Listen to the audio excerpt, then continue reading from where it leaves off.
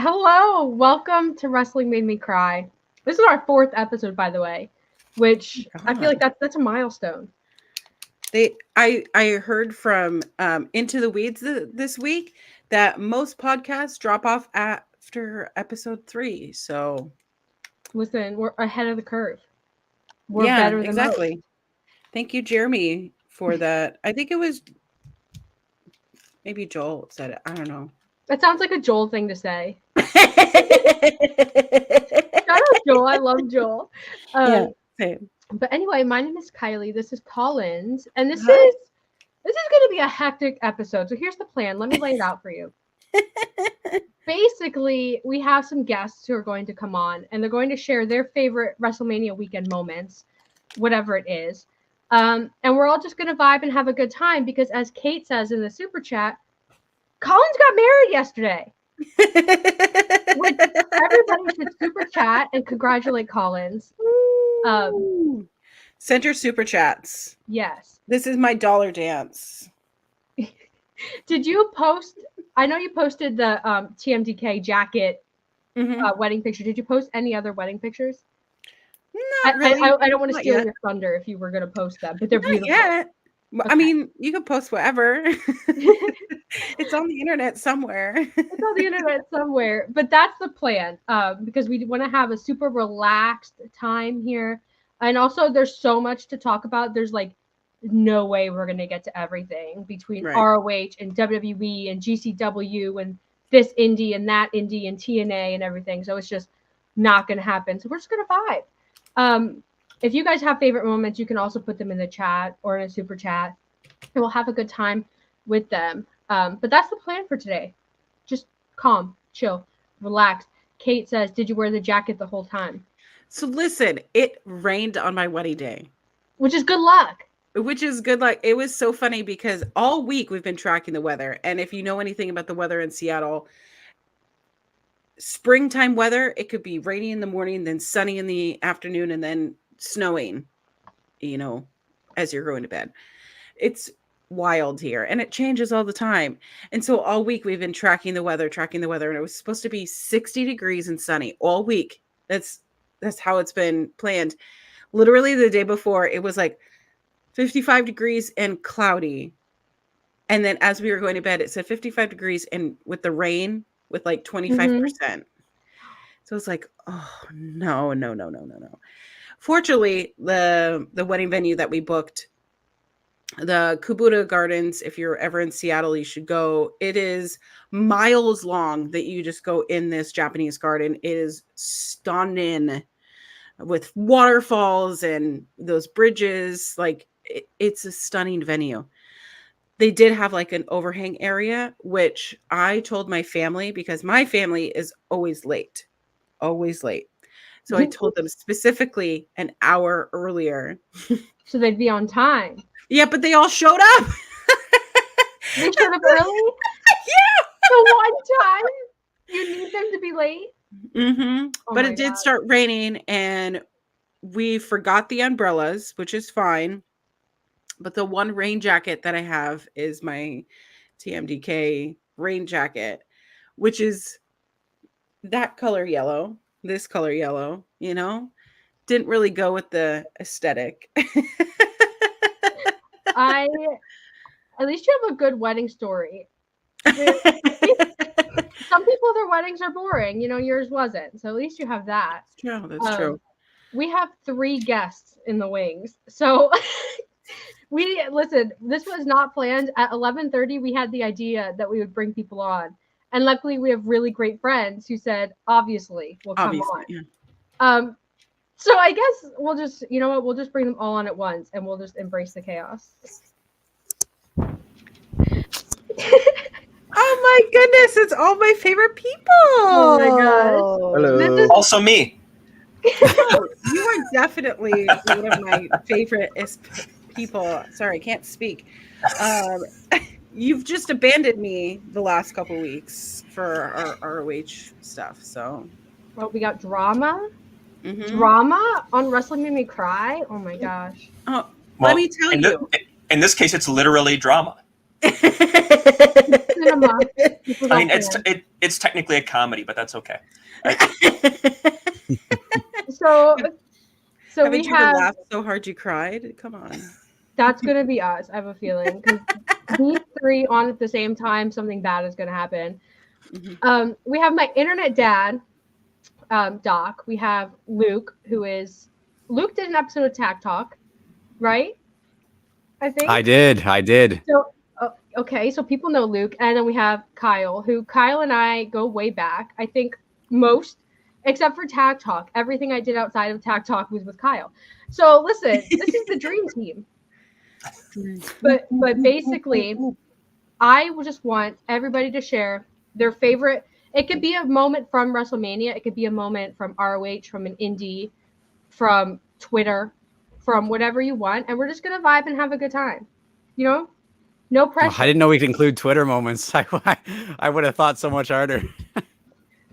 You have a favorite Twitter moment? Okay, first. There's too many to pick from now. I'll start thinking on it. Okay, I have a question for all of you, and I don't want to dwell too much on it, but I need to know, what do you think about AEW releasing the Wembley cut?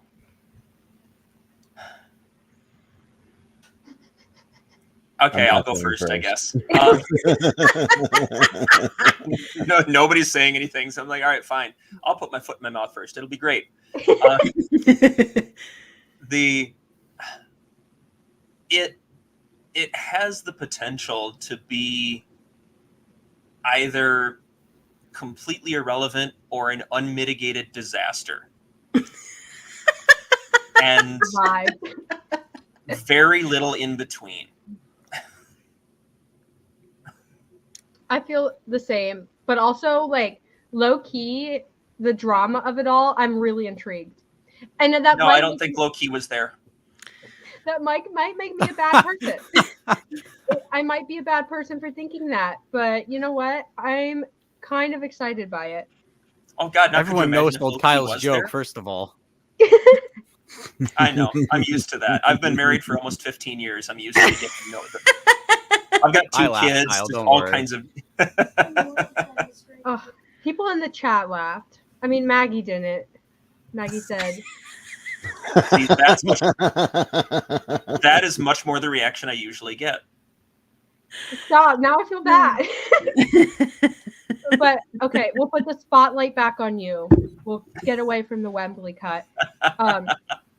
Doc, your favorite WrestleMania weekend moment? I'm putting you on the spot. I mean, the ultimate favorite is hard to pick, but Sami Zayn winning the IC title and Mark Briscoe winning the ROH title were probably tied for my two top so far. Okay, that's solid. You know what? I'll give it to you. It's hard to pick between the two, yeah. Mark winning the title with "Give Me Back My Bullets." I will say I find it very weird to brag about how much money you spent on that song days after releasing a bunch of people, but anyway. You know what? I completely agree. That was horrifying. Listen, this is Wrestling Made Me Cry, and that made me cry in a different fashion. So yeah. Exactly that. We just pretend all the bad stuff didn't happen. That's what we do here. Exactly. Luke, your turn. Okay, yeah, the optics of it were bad, but if it was, I'm sorry. Go ahead, Luke. Oh no, pop off. The optics of it were bad. I think I read that and I thought to myself, I know you have $1 trillion, so like, to pick and choose where you want to spend it, that's your prerogative. But when there's people who are like, well, I guess I'm free for bookings for my whole life, and you're like, I'll spend $1 million on a song, though. It's like, okay, that's like the place where you like, oh, we value our wrestlers, but it's like, fuck, true. I guess we can. Can I swear on here? Yeah, you're fine. Yeah. Oh, sorry, I don't know the rules. But yeah, no, I agree with you there, Doc. Yeah, just not a. I mean, you could argue that you could argue that it might not come from the operating budget. I'm not sure where the money might have come from. It might have been an outside source that Tony just did out of pocket. That could be, I don't know, without intimate knowledge of the books. I mean, you can't argue the optics, but you can't necessarily say that it was a poor use of the money. I mean, until Tony chooses to define where the money came from, I have to assume it came out of the budget, right? Like any production aspect of the show would. Sure, it's a good point though. But when you read stuff like when Jack Perry got the Jungle Boy theme song, that was like they said like it was a birthday gift. So it's like I have to assume that was just a personal favor and not like. But when you're Tony Khan, it's like what is AEW allotted? What is I'm just having fun with my personal money? It's kind of like a free game. It looks like. Mm-hmm. It definitely feels like Baltimore wasn't active since 1987, so I can't imagine it was that particularly expensive. It's weird how expensive some songs are. When I talked to Brian, I asked like, did you ever think about coming out to Final Countdown? And he's like, we tried, man. And until they actually worked it out to get it a couple of times, he was like, they wanted so much money to only play it like 11 times a year. And we're like, that's not going to work for us. And that's why he had his own theme made. Listen, I know nothing about accounting, booking, business running, copyright. I know nothing about all of that. All I know is it was a cool entrance and a cool song. Mm-hmm. And yeah. It was all great. Like the whole thing was super fun. Mark Briscoe winning that title was such an emotional moment, and I really hope they follow up on it and make ROH feel important again. Wouldn't that be great? Yep. I hope so. I hope that we're out of the era of ROH being just an extension of AEW, like just to get more titles on AEW TV. You know what I mean? But it definitely feels like that, especially with Billie winning as well. It definitely feels, and Athena retaining. Spoilers if anybody hasn't seen that. I'm sorry. It definitely feels like that's the direction that we're going. But to get back to the question at hand, Luke, you never told us your favorite moment from the weekend. I'm waiting. So for everyone watching, you can see under my name, my subtitle is Guy Who Only Watches TNA. And that is because I'm a guy who only watches TNA. And when y'all were talking about the Wembley cut, I was like, I'm just going to pretend like I know what the frick that is, because I do not be paying attention to AEW Twitter. But sounds interesting. I love a good director's cut. But anywho, my favorite moment from WrestleMania weekend has been just following everything. I guess it's not a defined moment, but a defined thing. Just Masha Slamovich's whole weekend. I haven't had the time to watch every single match she's done because her schedule is like barbaric. But even just obviously historic, her versus Shayna Baszler it's unbelievable, right? To see an opportunity like that, whereas WWE, is obviously not actively involved in talent doing promotions outside of WWE almost ever, right? And also I think it's a beautiful kind of show of what could maybe come because, having Jordan Grace in the Royal Rumble, and having Mickey like the year before in the Royal Rumble was cool, but she is a WWE legend. Jordan has nothing to do with WWE, so to see her in the Rumble was like, and I didn't even know about that, like, which was nuts. So like I knew about Mickey, but seeing Jordan, it was like a insane surprise to me. So I just love seeing the stuff that Masha's doing, and then her in the ring with Suzuki, and then this sixth woman she just did with Maki Ito and I think Julia. Just Masha Slamovich is. I texted her and I said, "You probably heard this a billion times, but I just think you're wonderful, and I'm so happy for everything you're doing, and you're amazing, and it just makes me so happy." And she said it's like the best weekend of her life, and it totally like it just makes me emotional, man. Like I can't even believe it. And obviously, if anyone knows anything about me, I'm an MK Ultra guy, like through and through. Pretty much is my whole life is TNA and MK Ultra, and that's all. That's my wrestling that I watch. So, yeah, man. And also, an honorable mention, Maki Ito chewing on a Danhausen tooth. That's my other WrestleMania weekend moment. That's a strong top two, not gonna lie. That's like, Thank you. That's great. But what I love about Masha, not to turn this into like a Masha podcast, I feel like a year ago we were like, Masha is so talented, like this is the next star. And I didn't feel like Masha could get much better. And then here we are. And Masha is like double the amount of skill as last year. It's crazy. But yeah, and Masha's having like one of those indie runs that's going to be like a Mike Bailey. Like when Mike Bailey was allowed to work in the US again for the next like 4 months, like he was just facing every legend imaginable. And now it feels like Masha is doing like a similar tour to like, how about I just fight everyone and become the greatest ever? Like, okay, pop off. Yeah. And I think, you know what? Go for it. Because I think that there's so much room to grow in the indies right now. But I also feel like there's so much room for like women's wrestlers to really grow on the indies. We have more people waiting, so we have to get to Kyle's favorite moment. Doc hit him. Watching Sammy get his win, which was amazing. I'm sure El Generico is proud somewhere of his friend, for making that happen. Seeing Mark get that win, optics aside, as somebody who watched from back in the Murphy Rec Center days, I have talked about how I literally owned Era of Honor Begins on VHS because I'm that old and have been following that long. Like, to see him climb the mountain and to have the music that he was so associated with, and to have the ring fill with the family, with Cabana, with Daniels, with Titus, with Tony Deppen, with Jay Lethal, with, that's powerful stuff. And wrestling made me cry. That absolutely made me cry 100%. What did you think of the backstage segment with Billie going up to her mom like, look, I won the title, I did it, and her mom basically telling her she's a fraud and a fake, and then being like, I'm your new mom now. I need to know what you think of that.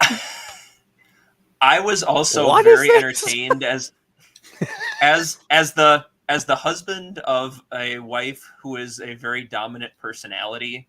And that's not a dig at her. She just is. She's very dominant personality. I am not. Yeah. I enjoyed watching Mouse look very excited and very interested until Rebecca pushed him aside and pulled him back. It's like, oh, I'm not supposed to be happy about this. Okay, never mind. No, your mom's right. Yeah, it was that was fabulous. And then Athena's "I'm Your New Mom" is delightful. And I saw some divide about the finish itself. There were some people who were very upset they would run that type of angle. And while I can see that, I think there's a usefulness to it as long as it doesn't get overdone. And that will be the key. Yeah. But that was awesome. To fill people in case you haven't seen ROH yet, because I know it's a busy weekend, Kyle's talking about, I'm presuming, about the Billie Starkz injury angle. Yes. Billie Starkz faked in her match a neck injury. It was a work, but people thought it was real because, I mean, Billie's amazing. It was it looked very, very real, and there's divide over whether it was appropriate. Convinced. Yeah, and the directors cut to the announce table several times during the course of responding to the injury. And God bless them, they got a Philly crowd to go dead silent. Yeah, it was scary. Silent. I was sold. Me too. I thought it I think I even tweeted oh fuck or something. The way Billie, the longer I've thought about it, the more into it I am. At first I was I don't know if that was such a good idea. And then I rewatched it and I was like, that is a masterclass performance by Billie. The way she acted, the little scream she gave out when she went down sounded so real. That's what sold it for me, was how she yelled in a different way than she normally does when she's in pain in the ring. Mm-hmm. And then the way she signaled the ref like right away, and she was not moving at all. I was like, man, this looks real. And then her just hitting that German, I was just like, wow. Like, give that girl an Emmy. The impetus for the move for the spot was she went for that swan dive, that swanton that she does, and Queen Aminata got the knees up, and she sort of came off high on the back, upper shoulder, right in that vicinity. So that was the supposed neck injury, and yeah, I was skeptical, but still a little concerned in the moment. And when the neck brace went on and they started to sit her up, I'm like, oh, okay, this is a work now. Yeah. Okay. Or they have the worst medical team in the history of ever. Okay, but I don't know that. I'm a big old dummy over here, mystified, like, oh my God, is this protocol? Is this something else? And I was about to do like the rewind to watch the spot, because normally if it is a work, they do the replay, right? There was no replay of the spot. So I was like, oh God, this is real. This is a real injury. And so that's also something Tony's aware of. Like, if we don't do the replay, they'll think it's real. Mm-hmm. Well, count me worked. Yeah. You're right, Kyle. Once they stood up, I was like, oh, okay. They're not putting her on the stretcher. Like, this is different. But you know what? Sometimes it's fun to be worked, too. It's nice sometimes to just... It is. Like, honestly... That's when wrestling's its best, I think. That was right up there with the Mark Henry salmon-colored jacket heel turn for me. Where were you when that happened? That's So thank you guys for coming on. If you want to stay, we could bring you back on in a bit.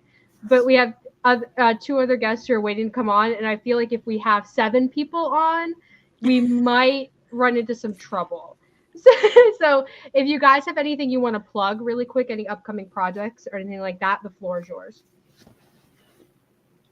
Well, eventually I will be back with Auntie Collins doing our ROH Honor Ramble on our local establishment. I'm currently doing a musical as part of a local theater here in town, so rehearsals are keeping me out for a while. But that opens in May. So once it opens, hopefully I'll be back and we'll be talking ROH, and hopefully there will be champions on the show. Yeah. So come to our podcast to entertain me while I cry. In the meantime, Auntie's going to have all sorts of awesome guests, so please check it out. Hint, hint, nudge, nudge to other people who like to have fun on Thursdays. Luke, you have anything you want to plug really quick? Oh yeah. I was like, So wink. So, for anyone who doesn't know, if you didn't see the news, Killer Kelly is starring in an independent horror film, being directed by me. So, everyone, if you want to keep updates on that, we begin filming April 25th. Follow Arachnid Movie on Twitter, and prepare to see Killer Kelly do all sorts of horrifying things. And no news on release date or anything like that, but we begin filming very soon. And also when that got announced, thank you everyone for the support. It was very overwhelming and kind of everyone on Twitter. So thank you for that. And Kyle, break a leg with your musical. I am also a musical theater, community theater kind of guy. So I'm very happy to hear that. I'll be DMing you to inquire more. Please do. Kyle probably has me on mute because we're part of a thread that goes insane whenever he seems to have an audition. We just get random updates like, I was in rehearsal and my phone was buzzing like 20 times. What the hell, guys? Anyway, you can find all my work on Bleacher Report. I'll be covering night 2 of WrestleMania tonight, just like last night. And I do also want to plug the person who made my picture that you see here of Thunder Rosa was the super talented Sonia DeWitt. And she is taking commissions right now at a discounted rate to raise money for her classroom. So everybody go check her stuff out and buy some art and help out some kids.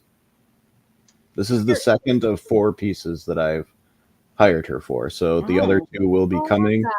And the next one, I'll just say it's based on the Muhammad Ali and Joe Frazier poster. And it will be Rhea and Becky from WrestleMania. Oh my God. I'm super excited for her to do that. I'm sold. And I'll hang out too. I'll come back on so you can take me off the screen and just whenever. Okay. Thank you guys so much. We had that. Listen, that was just as chaotic as I expected. But when I saw that it was you 3 first, I knew it would be. So thank you guys so much.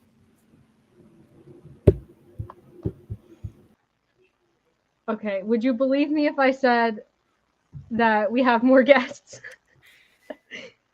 All right, look, I'm not waiting around. I'm jumping the line here. I don't know. I know Maggie's who else been here for so long. I'll put Maggie on. I like Maggie. So Maggie Hey! Hi, Maggie. Oh my gosh. All you wonderful people. Hi, Jeremy.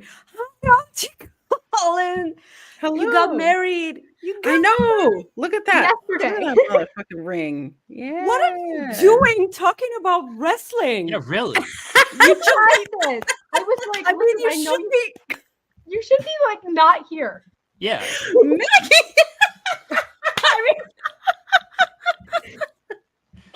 Listen. Oh my goodness. I don't disagree with you, by the way, Maggie. And Maggie asking the real questions out here. Listen, my husband sleeps in. I do not. So I've been up since 6.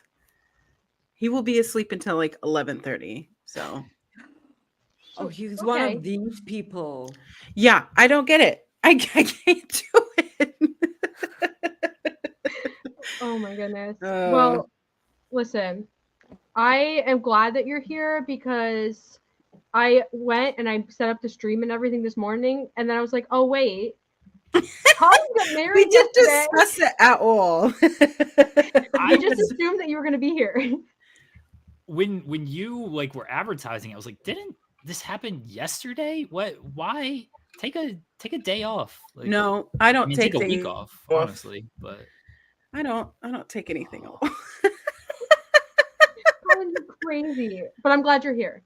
I'm glad I'm here too. I love wrestling, and I love being with y'all. So I'm not staying long. I'm only here to just say congratulations and thank you. Thank you for doing this show when you definitely did not have to.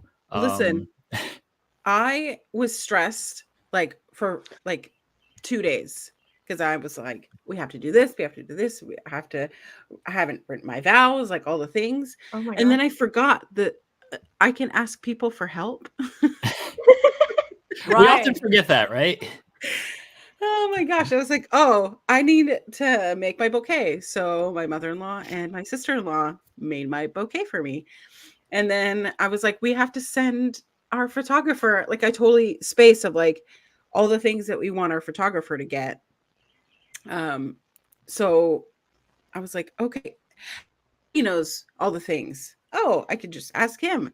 And then all these things were coming off my plate. And I was like, oh, I have to write my own vows. I can't ask somebody else to write them. So as I was going to where I was getting ready before the wedding, I did speech to text on my phone. It kind of was a little weird. So I had to like figure out what I was saying. But I made myself cry while I was driving, and I was on I-405, and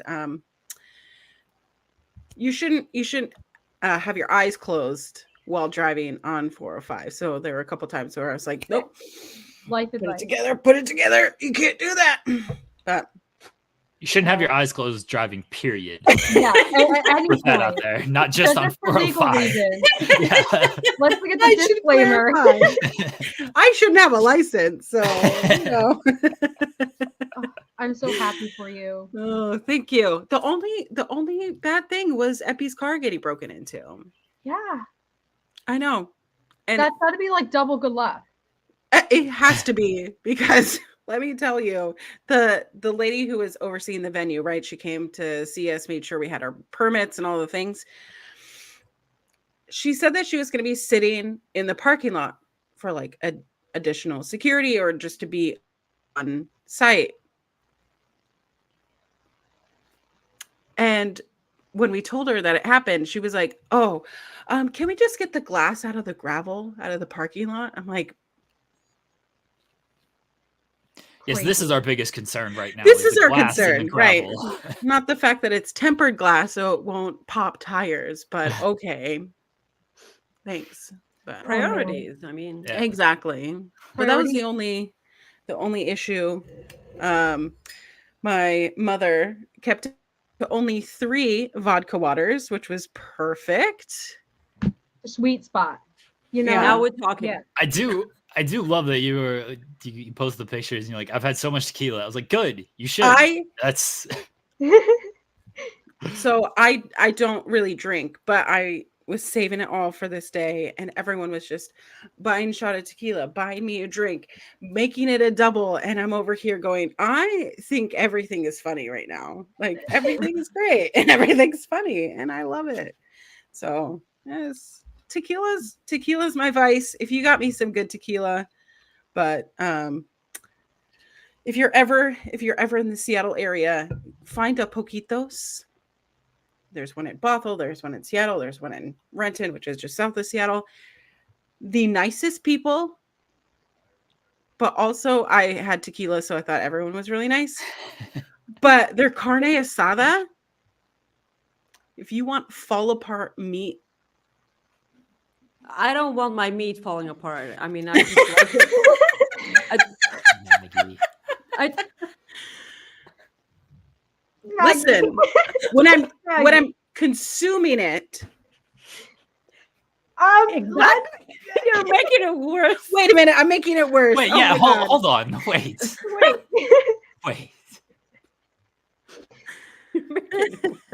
This is a different show. Not in that kind of fashion. Oh. Okay. I feel Anyways, I'm not hungover, but if you ever are, these Midol is so good. Advice. Don't drive with your eyes closed. Take Midol. Really, listen. The more you know. Work here. The more you know. I always have Midol. The guys should take it too. There's an antihistamine in there. It helps with bloating. It's great. Period. Great. Drink Jeremy, I know that you're very, very busy, but I did want to ask you 2 questions. Yes. They're very, very quick questions, but you have to answer before you leave, okay? I have to answer them? Yeah. Okay. Yeah. It's or I sue you and ruin your career. So the first question, I will release the footage. That's what I was going to ask you about. I wanted to know where you're going to be when the Wembley cut is released. Are you going to have snacks? What's your setup? Probably. And then the second question. Okay. I need to know if you're already thinking about headlines because there's going to be some. And then 2, I need to know, like straight up, just quick answer, your favorite moment from the weekend.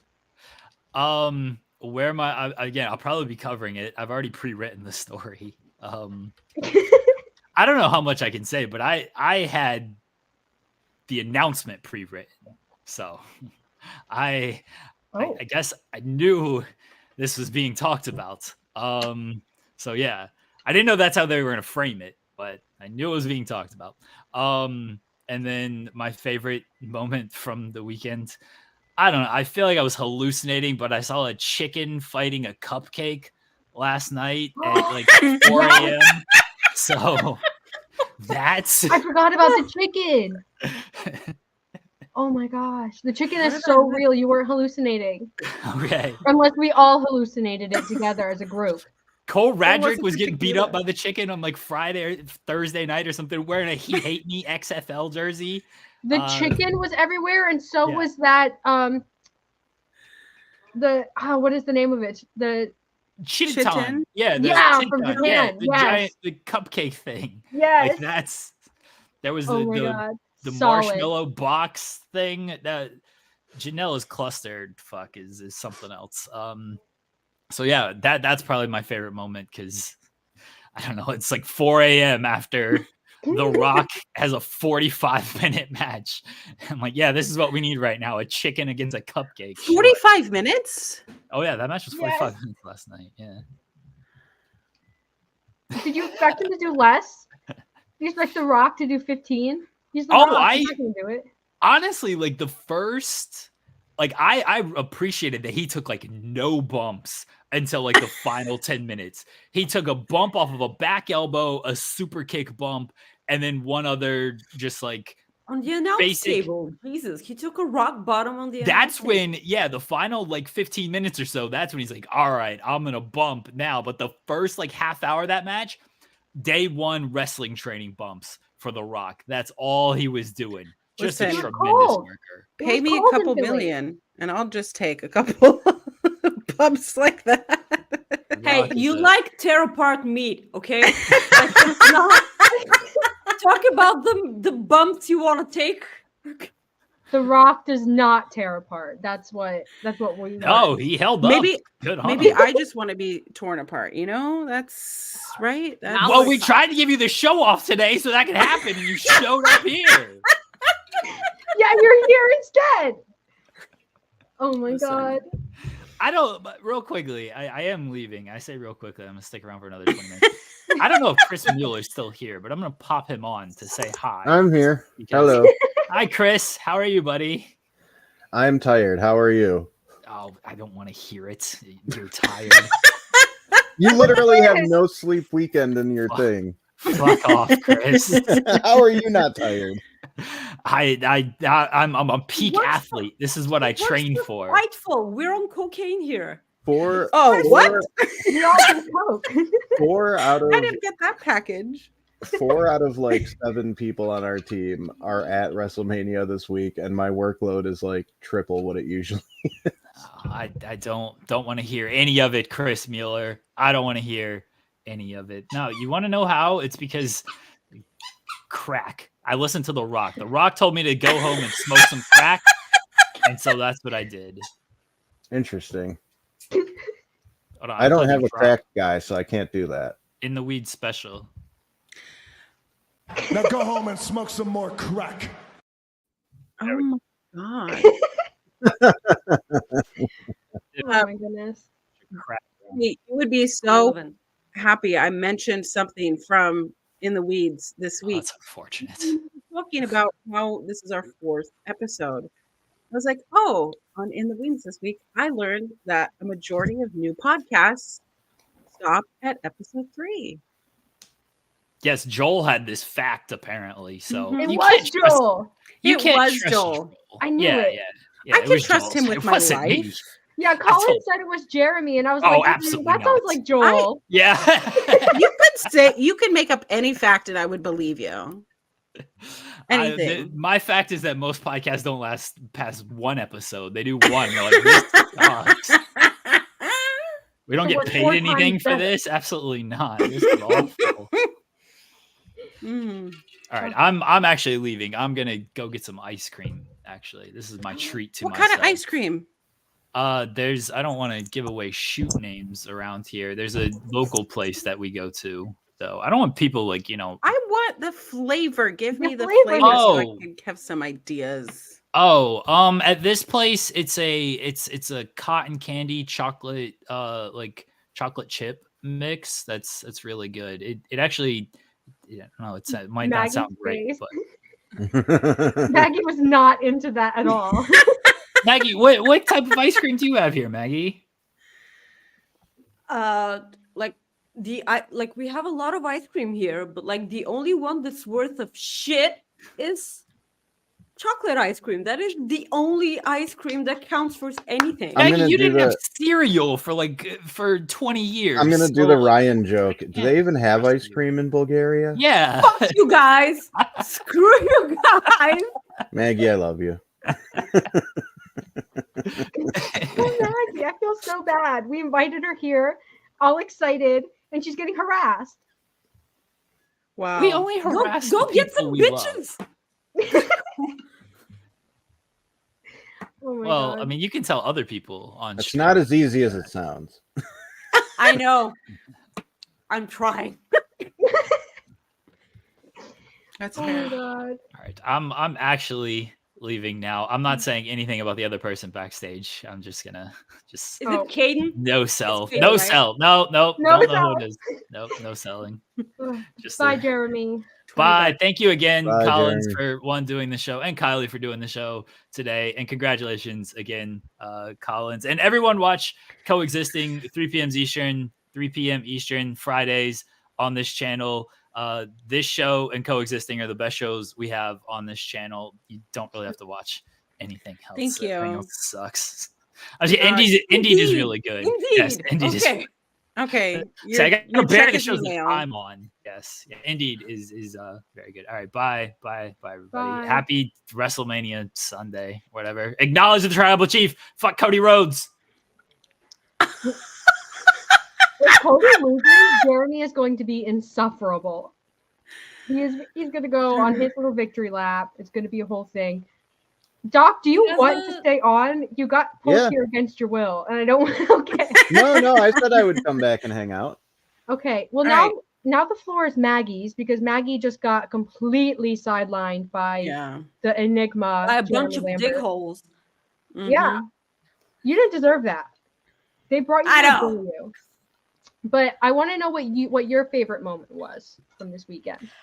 Well, actually, I'm kind of bummed out that no one actually is talking about it, but Lyra Valkyria and Roxanne Perez. I Yes. really enjoyed this match because like it had, first of all, I enjoyed the build. It was really decent. The match was probably match of the night for me because I'm kind of biased towards the two of them.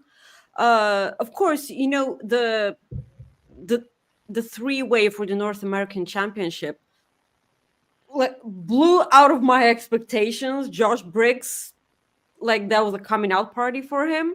I understand that, but Lyra and Roxanne tore the house down, in my opinion. Yes. A lot of counters. They knew each other so well. Like all these moves that they put on each other, like that was absolutely amazing. And the finish, it was kind of emotional for me. Like I legitimately started crying a bit. And of course, that's me saying it because I've been on our show with Rob saying that I'm a huge AJ Lee fan, like a huge AJ Lee fan. And I've come to terms with the fact that I'm probably never going to see her again back in a ring.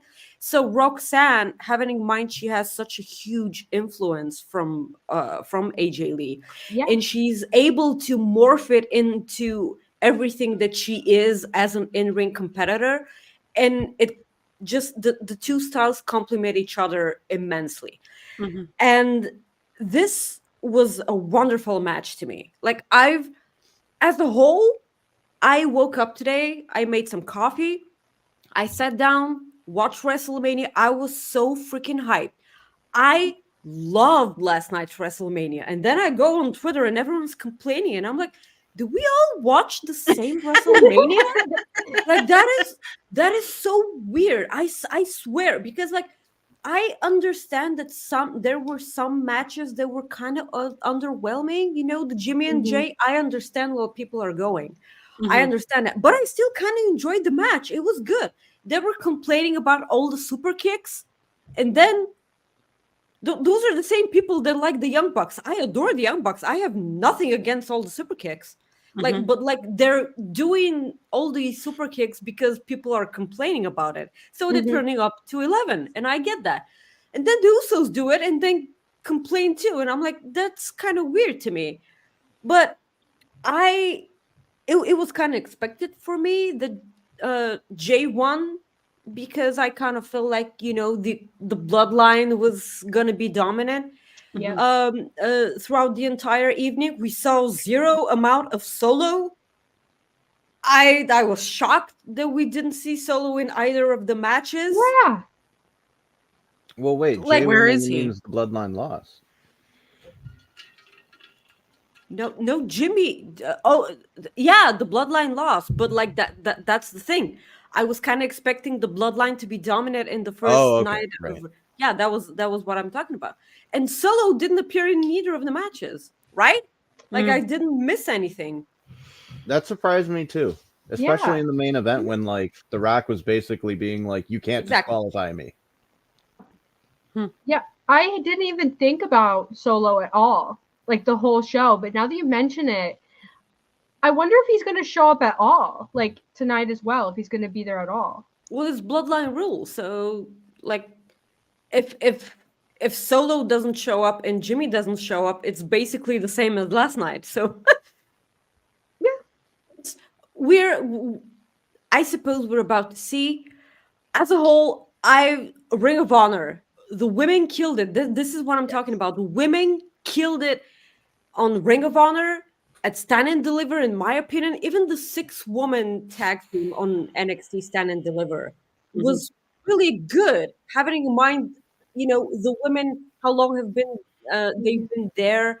Like I know Fallon and Kiana James have been there for longer than the rest of the women, but Kiana James and Fallon Henley, in my eyes, have improved so much. I am so impressed with both of these women. And the 6-woman tag team match was so good, but like it had a really unfortunate card placement. It came out after it was right after the triple threat for the North American Championship. Yeah. So yeah, it was whatever match was put on after that, it was gonna suffer. The women killed it. Becky and Rhea, Becky working with a fever and not being healthy at all, just proves to you how important wrestling is to this woman. It was great. Jade and Naomi and Bianca looked like a bunch of superheroes. They did. So good. Amazing. So good. Women killed it. Yay, women's wrestling. Yes, that is absolutely good. I mean, to me, Becky and Rhea was the best bell-to-bell match. What a way to open. Yeah, like that match killed it. Like every little detail about that match was great. And their attire and their entrances, like that was the perfect way really to open the show. But I almost wish it had been the main event, because like it was the best thing on the entire show for me. Sammy and Gunther is like a very, very close second. And that was my favorite moment, seeing Sammy win. But Rhea and Becky just nailed it. It was so good. And I mean, with those two, it's like they would have to try to have a bad match. I think they're just like built to just generate good matches. And I think for me, there was a lot of things on the men's side of night one that I didn't vibe with as much. But I think just Becky and Rhea alone, I think that really, it started the show off great. The show ended how it ended. The Rock match, I think the Rock match is super polarizing. Because I didn't enjoy it that much, but I could see other people who did and why they did. I loved it. Yeah, I loved it. I think for me, like in my head, I just can't get past the fact that I think that main event should have been Seth Rollins in a singles match as a main event. I think the tag team aspect of it, I don't know, but it was fine. And I hope Cody wins tonight, because it will make it all worth it. But people have he win, what are we? People have been tweeting like, "Here's my theory about how Cody can lose." No, and my brain is like, muted, "Oh, it makes blocked, sense." Done. We're not. No, like I said, this is PTSD from last year, because like we're here, we're finally here, and we're about to get it, and we were like, "Wait, it's the same as last year. What if we get the same thing again?" And I'm like, guys, Vince isn't here anymore. Stop it. Like, stop. Cody's winning. Just. It'll be okay, everyone. Calm down. We're getting it. I cannot stand one more episode of the Spotlight where Steven Jensen is so bummed out and so pissed off. I can't. Part of me kind of wants it because I enjoy the chaos, but like the enjoyment of the one day that I will not stop laughing because I won't stop laughing because it will be so hilarious will not make up for the entirety of the bullshit that we're gonna get after that. Yeah. It's not worth it. Like, not at all. While talking about The Rock, guys, I cannot get out of my head the image of The Rock's selling for Roman Reigns' spear. No one in the history of spears taking has ever sold the spear like that, and I'm cackling. It was so crazy. Is your tummy hurting, sweetie? Like, do you want some quiche? Like, some quiche. Quiche. I was laughing my ass off. Like, what the fuck was that sell? I love The Rock so much. He sells like a 1-year-old trying to show their parents how they fell from a building. Okay. I love the man. He's so good. It was so goofy, but like only The Rock could pull it off. If anybody else did it, we'd be like, "Oh, go away, you're so bad." But it's The Rock, so you know what? It's literally like it was Shawn Michaels versus Hulk Hogan levels of crazy selling. But like that's one of the things I think The Rock can get away with that a lot of modern today wrestlers can't. Is like. He is a true sports entertainer. Like, I don't like the difference between sports entertainment, pro wrestling argument. Yeah. So good. It's so good. It was so good. But like, he is the definition of a sports entertainer. Mm-hmm. And like, I did find that match entertaining. I don't think it was a quote unquote good match, but I was entertained. Yeah, and I think like I gave it a B-, and people were yelling at me like, people were upset. No, about so wrestling. Mad at you. I mean, I'm surprised I only got that one. Yeah, I mean, they're always kind of mad at you anyway, but I mean, you can't really expect The Rock to pull out like a Dave Meltzer 5-star classic just at his age. Like how long he's been away from wrestling, he's not going to do anything crazy. But I think if he's going to come in and do the goofy sports entertainment crazy stuff, listen, he can stay. I don't care because I enjoy it. The thing is that the most important thing in the match that I don't know why people aren't getting this. You know, I'm talking about the people who were shitting on The Rock about this, and I will forever back the guy because I love them.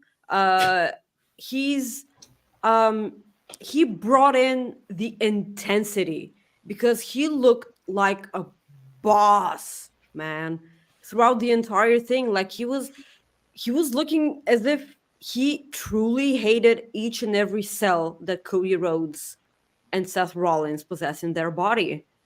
And I feel like that was that's his job. He got the job done. Like, not only like beating Cody is the secondary thing in my opinion. Mm-hmm. Intensity and the hatred, like that is it. That's his job. Mm-hmm. Yeah, he's doing great work. I think. I don't know if like The Rock is going to stick around after WrestleMania. I think they're definitely going to put him to bed at WrestleMania. Hopefully with Cody winning. And hopefully Cody doesn't hopefully Damian Priest doesn't cash in on Cody. Fingers crossed, because I want Cody to have like a long run. You watch your mouth. No, someone said it today, and I was like, I don't remember who it was. Someone had tweeted it, and I was like, I forgot that Money in the Bank was still a thing, and now I'm worried about Money in the Bank. But I think Cody will be fine. I think he'll get his moment with his pyro and red, white, and blue streamers. And an American flag somewhere, and maybe a rubber chicken or two, and then And then maybe WWE will release Cody Rhodes like patterned rubber chickens as merch. They like need as a to. rubber chicken wearing a Cody Rhodes jacket. Why is it not already incorporated in merch? Because Yeah, they you hate can have money. that one for free, WWE. You can have that one. That's Oh my okay. god. But I'm excited about it. If Cody loses, I have no idea. Like the rest of the show means nothing to me anymore. I will just, I don't know. My heart would break for Cody, but also, okay. Also, point. Do we think we're going to see Brandy and Pharaoh? Do you think they're going to do a big Cody style entrance? Well, a Cody entrance, I don't know, but like Cody did say on the interview with Ariel Helwani that Brandy will be in attendance, so she can just come out, climb out of then who told you it was open mic night and just slap around some people. Like I know that people are talking about Steve Austin popping up, but the thing is, Brandy Rhodes gives a mean stunner. So she can stun the crap out of, Solo.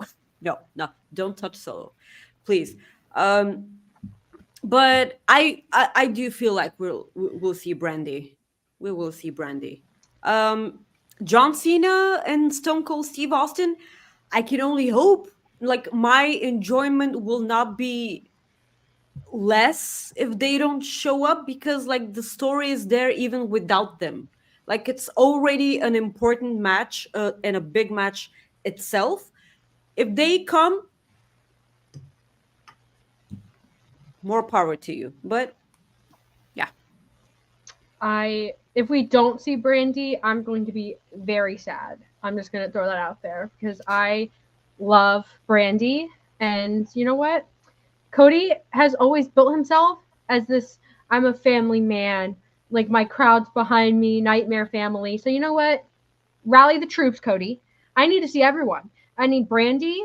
I need their daughter. I need Pharaoh. I need Dustin Rhodes. He's an AEW, but he can come. Ricky Starkz, why not? Bring him in. Bring in everybody. We'll have a whole parade of Cody Rhodes. I'm about to make Kiley so mad. This is going to be where Shane McMahon returns. He wants power back, so he's going after the Rock. Stop. Am I the only person that does not like Shane McMahon? Oh, I don't really care for him. No. That was like he's being the smart ass. Yeah. Good. No. This is true. Yeah. So, by the way, Caden said in the chat that if Cody loses, I quit pro wrestling. Cody, take a fall for the L. team. Take the L for the team. I'm gonna need you to take an L for the team. You'll get him next year, sweetie. It's just take on for the team. If you guys could see Caden's face right now, he's waving in the waiting room right now. Bring him on. Okay, well, we have 2 guests, so we'll just bring them both on. Now we have 6 people on one show. This is fun. As I say, I'm looking crazy. What's good, guys? How you doing? Oh, you know what? I'm good. We are just having a good time. I'm sorry, Caden, that you had to be the butt of the joke, but you bring I it love on you, yourself. Caden. I love you. Dude, Caden, you're an awesome man. Really? Now we're having a Caden. We're hyping him up. We're giving him a pep talk on my show. Oh my God. What have we become? Now did I betray? Hi, Caden. Hi, Throwback. Hi. That's good. Do you want to share your favorite WrestleMania weekend moments with us? I, as everybody knows in this community, I'm a huge NXT fan. Like huge, and I do it, and Maggie even knows it too. I cover it for Roundtable, Pro Wrestling Pod. And the thing about it, the biggest moment for me that's not the main show on Mania was Stand and Deliver. That Mello and Trick moment where Trick finally gets to shine, because obviously they're going to move Mello up to the main roster. It makes perfect sense to have that moment in Philadelphia, by the way, in his backyard, with his family, to show that they have that much confidence. To me, passing the torch from Mello, who with Braun has hold the NXT since the 2.0 era all the way up to now. And giving that ball is like Mel saying, tip in the hat, saying, I'm going up there and you're going to take it. Yes. I'll admit I haven't kept up with NXT that much. There's just so much wrestling. It's so hard to fit it in. But I think Mello is one of NXT's biggest success stories ever. Like, I think Mello is one of those guys that I think hasn't even reached his ceiling yet. And I think Trick is definitely on the come up. And I think both of them, because of what they represent, the cultural things and that in that sort of thing, it's important in that regard. But I also think NXT is really showing that when their stars move out, they move up, or they move wherever they go, whether they go to AW or out of WWE, whatever, that they have more people ready to take the reins, that are like actually ready to take the reins, and they're not just forced into that spot. So I like that you brought that up because no one else had. Well, the other thing also that made a huge difference too in that show is the pace of it and stuff. I mean, there's so many good matches, so many. And that women's match in general with Roxy and Roxy finally getting the title again, I wasn't all for it, but, it made a great way to segue to other matches they can build. Ilya and Tony D'Angelo. I know a lot of people, including myself, were like wanting Tony to win.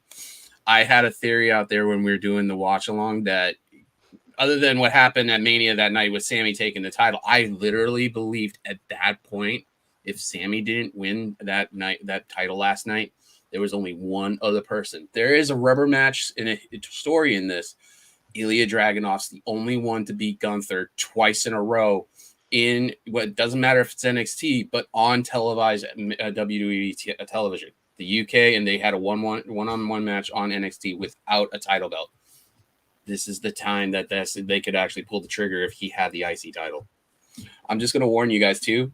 My son Brody might do a run-in and stuff, so I'm giving you That's okay. We love run-ins and unexpected guests here. It's totally okay. Kaden, the floor is yours. Yeah, I did a lot of crying over Friday and Saturday. I was a sobbing mess. The first one that really got me was Briscoe's. I was crying about. I see a child. Like the Briscoe entrance. I know y'all talked about it earlier. When they got the music. David's trying to keep a straight face with a freaking 21-month-old in the frame. By the way, I know.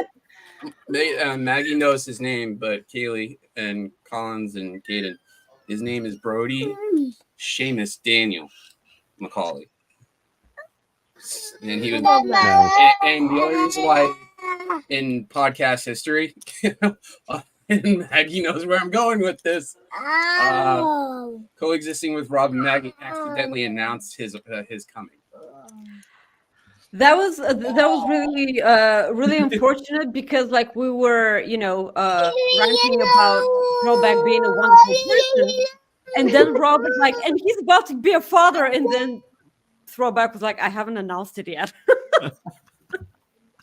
That's crazy. That is crazy. And on top of that, people ask me if I named them for the wrestling names. Honestly, I'm an anime fan, as you can tell. His nickname was going to be Brawly. Brody was the sensible name, and I didn't think about that. I named it. Me and my fiance named him after 3 wrestlers. Speak your truth, great. Man. I love it. Give him the mic. He's the next guest. Give him the mic. What was his favorite moment from WrestleMania weekend? Believe it or not, he was up watching Mania and he was screaming his head off when like Jay and Jimmy were. He was like, yeah, like literally. I took a video of this. We have a couch on it and he's going like patting down the couch. And I'm like, oh my God, he's doing the J movement, just hitting the couch. Yes. Andrew says, ask him if he liked the main event of Mania. Yeah, Brody liked the main event. He was actually up until like around 11:30 last night. Does he like The Rock, or is he a Cody guy? He is more a Cody guy. There's times where, in order to stop him crying, I'll play Cody's theme song and do the whoa thing, and he's like, and he does it too. It's that is so funny. I love that. Same. You gotta start him young, you know. Yeah. I'll be back in a second. I'm gonna go put a show on him. It's gonna be probably us. All right. Caden, you were saying? Yeah, getting to hear they brought back Give Me Back My Bullets for Mark Briscoe. So the entrance immediately got me, and the ringing the bell, like everything about that match was perfect. The 11 years to the day of Jay winning is like the most obvious part, but then also getting to beat Eddie, I thought was also more special than probably like anybody else in that locker room. There's like maybe a few people in all of wrestling in general who might have been more special than Eddie. And the match itself I forgot who it was on Twitter who explained it this way, but it was actually it might have been Doc who said like it was extremely violent but also beautiful at the same time. Yeah. I don't think that was me, but that is accurate. That is an accurate description. You're just taking the credit, dude. I don't want to take credit from somebody else's good observation, but that is accurate. Like it was a very violent but very like satisfying match to watch. Yeah, it was a gorgeous match, and then once the locker room started spilling, I sobbed. Listen, there's like so few moments like that in wrestling that are genuinely like heartwarming, that really grab you in that way. And that was one of them, and that's why like we were talking about it earlier when we had Luke and Kyle on, and Doc, but he's just been here, he's lingering. But when it comes to talking about Tony Khan spending the money on the song, that's to me worth it in that situation. I feel like he should have spent that money. And Mark Briscoe being ROH World Champion, I think spells good things for ROH. Because Eddie is definitely an AEW guy. He's, he took the ROH title, and Claudio too, I think in the same way. And Mark he's an ROH guy historically and in the present AEW ROH multiverse that we have. So I'm excited about it. What did you think about Billie and Queen Aminata? And on that same line, Athena and Sheeta. Oh my gosh. So like not only those two, Mariah May and Momo Kogo on 0 Hour, and then also the Stardom 6-woman tag. And then I gotta shout out the girls who did amazing at the Stardom show Thursday. I almost flew to WrestleMania weekend just to go see that Stardom show on Thursday because of how badly I wanted to see Micah and Megan Bayne. Everybody, the women destroyed the weekend, like Thursday, Friday, and then yesterday also did an amazing job, and they just took over Ring of Honor. I liked the 6-woman tag was such a good representation of what Stardom is. Like even someone made a joke about the if you see on the outside during that match, you see the Joshis just holding each other, and they're just kind of like arms wrapped around each other, and they're not really doing anything, but that's just like a joke in what they do in Stardom during those tags to let people be on the inside doing their own thing. So I thought it just represented what the company is so well. And then Aminata and Billie, I've been a big fan of Billie for a while. I got to interview her in 2022, right before she went to Japan to do her first tour with TJPW, and to see how far she's come in as a performer. Like she's always been good in the ring, but she's able to tell a really good story now, which is something that I thought was I was interested to see what she could do in AEW and Ring of Honor when it came to in-ring storytelling, and she did such a good job, her and Aminata, of crafting a good story. And I thought that finish was remarkable. It was really good storytelling. I understand why some people might not like it, but I also like it was effective. And if you do it properly, and I thought they also gave enough hints to be like, okay, like if you are like really addicted to how, as somebody who works in sports broadcasting, I know that if there's an injury, you cut. you cut immediately and you do not show that person. I know the technique for taking care of the person's neck if there's a potential neck or head injury. So I knew, okay, she's fine. They're working here. So that helped my nerves a little bit. And I thought they gave enough hints. I understand. Yeah, I get everybody. I get everybody's not the same. But I thought where like it was not like distasteful. I thought they did it very well. And then Athena and Shida, amazing. Like, yeah, Athena's one of the best women's wrestlers in the world. Hands down. Like, I think Athena, and I think me and Collins had talked about this a few episodes ago about what happens with Athena Shida if Athena wins. I genuinely think this is going to be a situation where Athena just vacates and goes to AEW because there's no one left in ROH who could challenge and be, a legitimate threat except for Billie. And Billie is now women's TV champ. So I don't know what they do. I thought Athena was going to win. I never thought Shida was going to win. But now I'm a little bit confused. I don't know where they go. But regardless, I think Athena's run itself in ROH has been leaps and bounds above anything I think AEW's women's division has put forward. Carried the whole show. Yeah, and I think Athena is just she's not that it's a diss to be behind a paywall. I don't want it to sound like I'm ragging on ROH unnecessarily. But I think that if anybody deserves to be on live national TV every week, it's Athena. And I don't know why she's not. Agreed. Can I say something controversial? Can I say something first? As Maggie says, send in your super chats. Yeah, send in your super chats.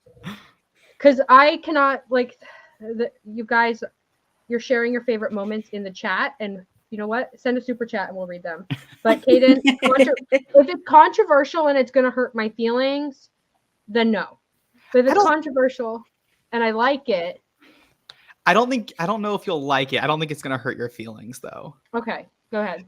I think the women's work with the title specifically is one of the reasons why we need to get Willow, Mercedes Moné, these workhorses. I think they need to be the ones holding the women's belts, the main belts in AEW.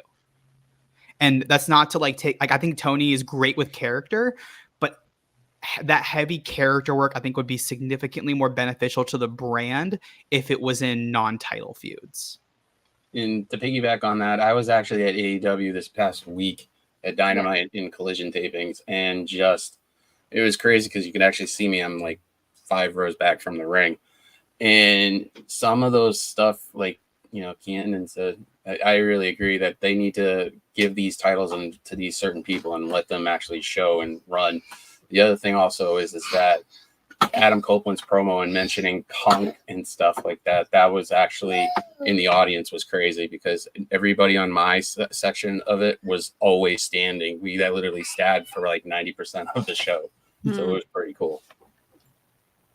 Yeah, and I don't disagree with the idea of Willow, and I think Deanna falls into that category as well. I really did think Deanna was going to beat Tony at their match at the pay-per-view. I really did. So I don't really know why she didn't.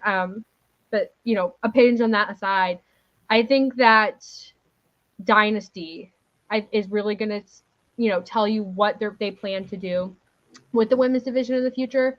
And I think Tony going back to the original Tony Storm would be a big help to that, especially if they're going to bring back Britt Baker and Jamie Hayter and these other women's wrestlers. I don't think that this Tony Storm, who was necessary to carry the division thus far, I'm not saying she's not important or cool or whatever. I think the women's division takes on a new look with Deanna back and Thunder Rosa back and Britt and Jamie and all these sort of people. So it's controversial, but I think it's a good point that you brought up. Yeah. There's a plethora of amazing women's workers in AEW, and I think the top 5, none of them are holding the belt right now, and I want at least one of them to be holding a belt. I do think Tony's reign has been good and long, and it would be good for her to drop it. I think so too. Yeah. And the moment Jamie Hayter comes back. Oh my I need her back. I need her back. I need Willow holding a title in AEW at some point, though. Like, she should be the one to take it from Julia with the TBS title or the world title. I don't care. That woman needs a belt. In that promo she cut live, literally the crowd was going insane. Renee Paquette actually mispronounced Worcester, which everybody got on her about that live. It was crazy. How do you say it? Worcester? Worcester? Yeah, everybody's like, Worcester. Welcome to Boston. Like, I'm originally from north of Boston, but it's Worcester. It's just the DCU Center was rocking. It felt like it was meant to happen.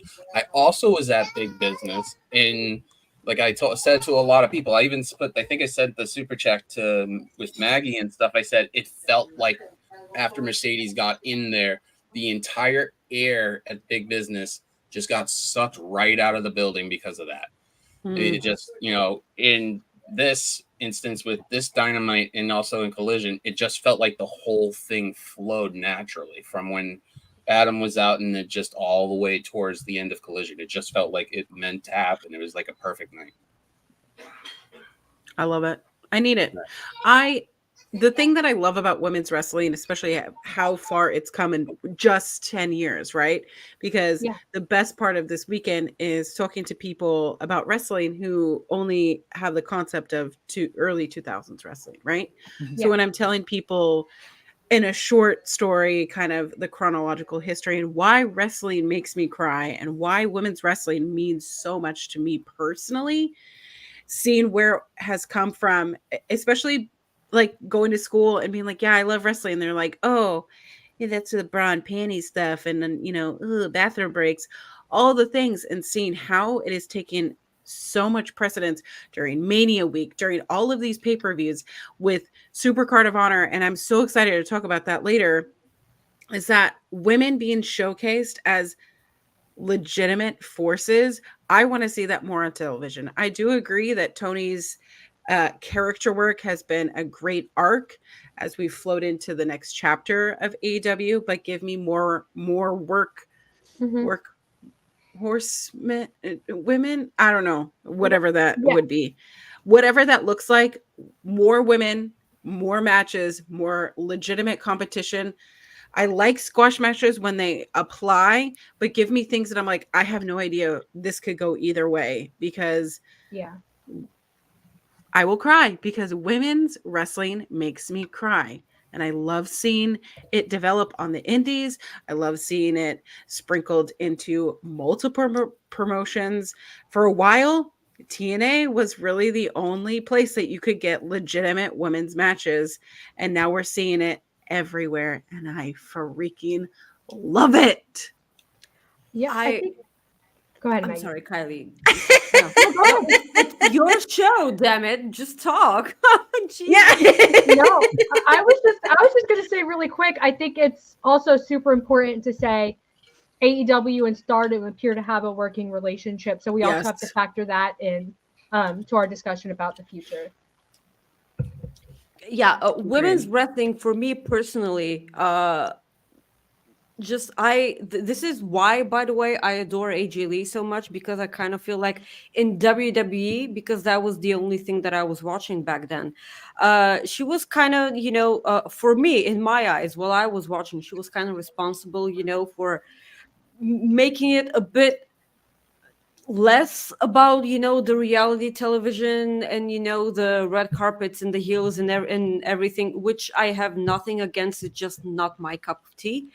And not only women's wrestling, but men supporting women's wrestling. This will always make me cry, because I've been pretty vocal on social media and on our show with Rob every Friday that where I live here in that part of Eastern Europe, in the Balkans, that's not a thing. Like it is man territory. Like it's kind of a patriarchy, and it's not like women don't matter.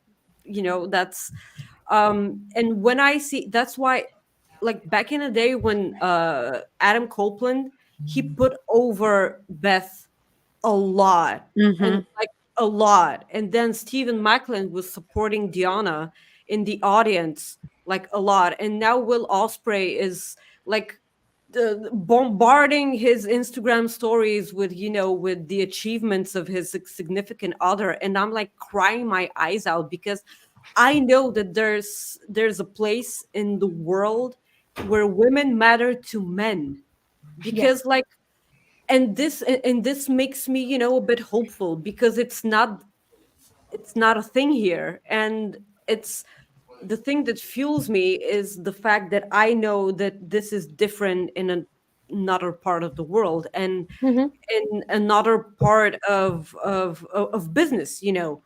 And that is why I cried when the first 3 women main event at WrestleMania, Becky, Charlotte, and Ronda Rousey. Say whatever you want about Ronda Rousey, but I kind of feel like if she wasn't there, if she wasn't a part of that women's main event, that probably that wasn't gonna happen. Say what you want about Ronda, but like she put asses in seats.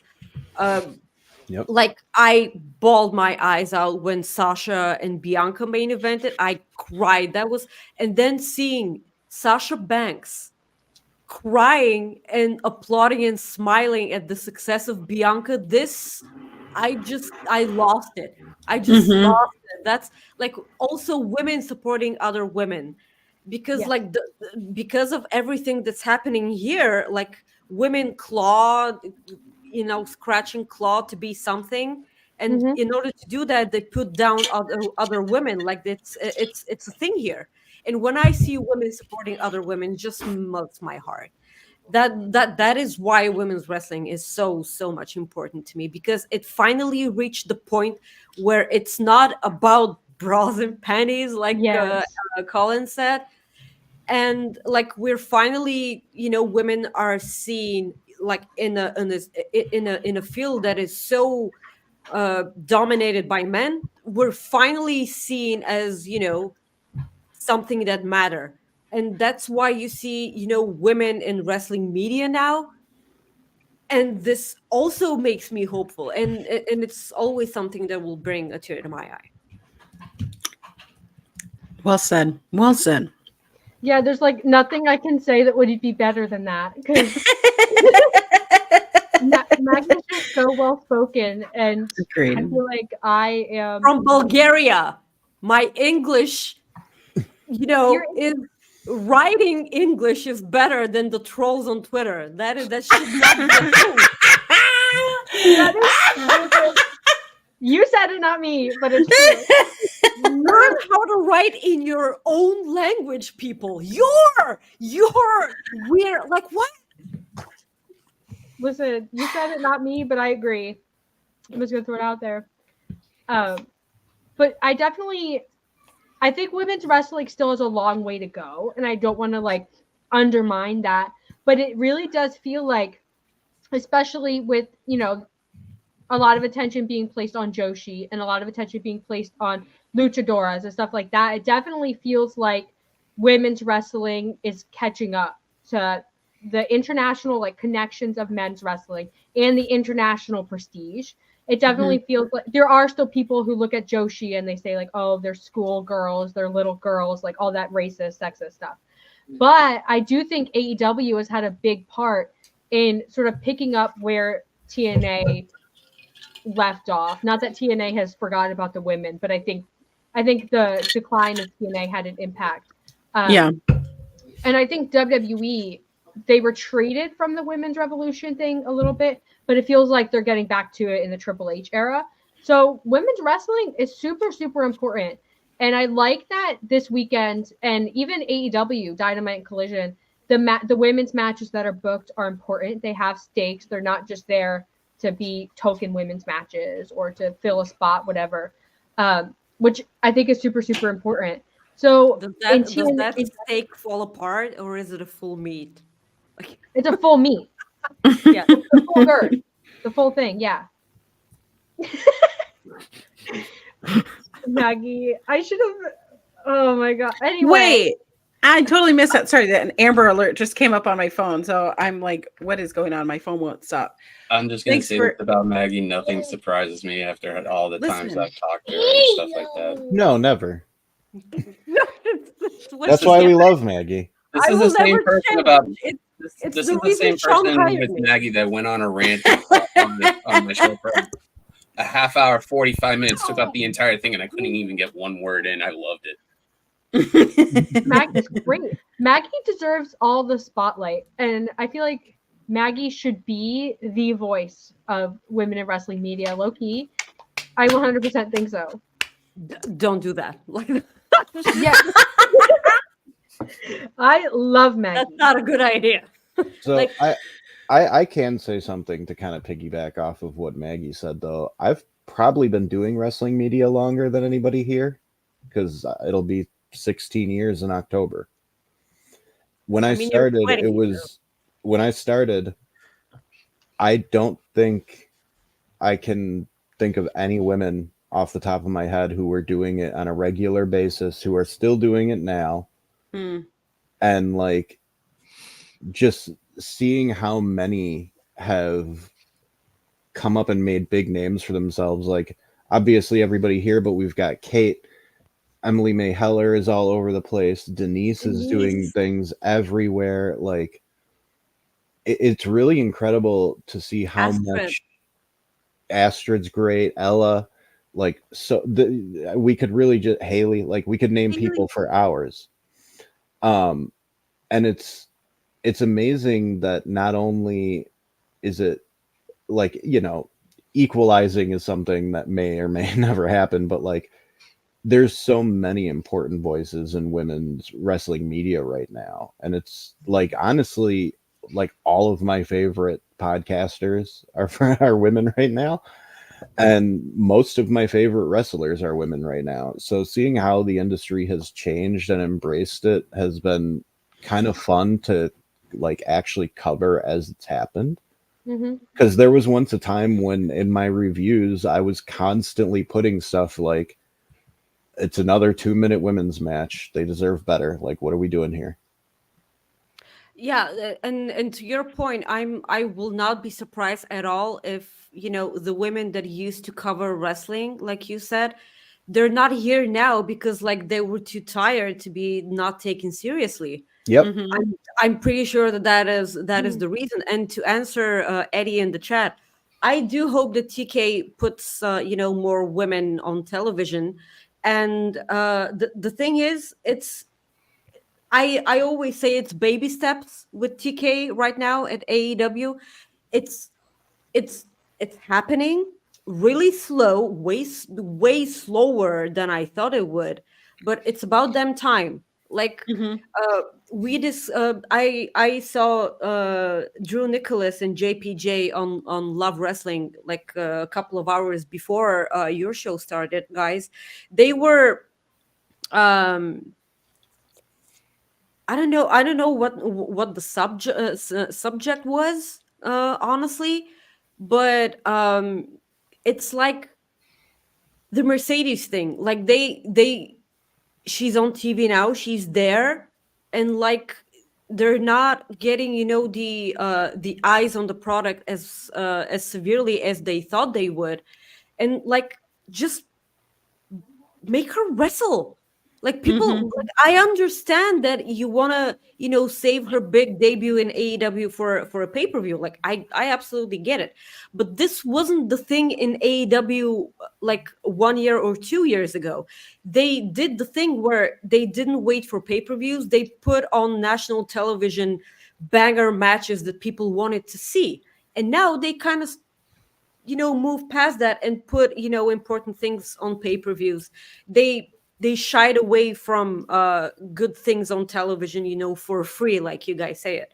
I understand it was bound to happen at some point, but like you have Mercedes Moné, like you don't need, like we don't. I know that merely her presence is probably enough, you know, but her being on commentary and her being on a microphone isn't what we're here for. We want to see what she does best, when what she does best is in that ring. And I hope things change the moment she starts having, you know, more matches on our television. Like put her in a fucking goddamn ring. It is not that hard. To piggyback off that, I am very afraid that that their plan is to not have her wrestle until Double or Nothing in Vegas. And 2.5 months without with Mercedes going from debut to being in the ring stupid. Is just it's a decision I don't understand. It's stupid. If Mercedes is cleared to wrestle and isn't wrestling, I feel like that's a big misstep. But I almost feel like if she's not cleared, they should have saved her debut for when she is. Mm-hmm. Even if that's in May, when at Double or Nothing, or whenever. I feel like they should have saved it in that case. Because you could have done this Willow Julia story, and which I think Willow is going to win the TBS title. You could have done that all without Mercedes, and then have Mercedes debut at the end. I'm curious if Mercedes has a limited number of dates she's willing to actually get physical. A lot of big stars write that into their deals now. Like Will Ospreay's out there having great matches every week, but he might not have put that in his contract. It could be. I mean, I'm not, a contract lawyer. I don't think anybody watching this. If you I am curious about that. I would be curious to know that. All I can add is, like, just from my understanding of AEW contracts, I've never heard of a contract that they've signed where people have limited, like, part-time deals, limited matches, whatever, per year. It's very possible. I just haven't heard of any. It's also something I've never heard anybody ask about directly, though, too. Like, yeah. Like when CM Punk signed, I don't remember anybody asking, like, hey, how many matches does he have to work? Because we all know WWE does that with certain people. Like Lesnar had a strict amount of dates, and then he went past it sometimes. But yeah. Also, to piggyback on Doc is that Roman has a specific amount of dates, and he just made a record where the longest reign in history in the modern era with the lowest amount of title defenses ever. Yeah. So you never know. Shocking. You never know that it could be possibly that Mercedes has that in her contract where they're doing that. Plus, they're also working with New Japan still. So, like, she's working with other promotions as well, and it may just be one of those things where she has some other obligations as well and wants to stay healthy, and Tony is willing to limit her time in the ring in order to make sure she can fulfill those dates. Like, there's a million possibilities for what it could be. But Maggie's 100% right. Promos only do so much. Get her in the ring. Yeah. It's like the old saying, action speaks louder than words. I was just going to mention that there are 7 Dynamites before Double or Nothing. You have 7 shows you have to plan before Double or Nothing. And collisions and rampages. Yeah, you have just as many rampages and, well, one less. Well, they have Collision before. Okay. They do. Yeah, they're running Collision before. Yeah. I had tequila last night, everyone, so it's fine. But you have, I think that's TK's biggest flaw, right? They also have Dynasty in the middle of all of this that they have to plan. This TK's biggest issue, especially with Ring of Honor, and it's my biggest criticism of him, is that he waits until the very goddamn last minute to fill out the show.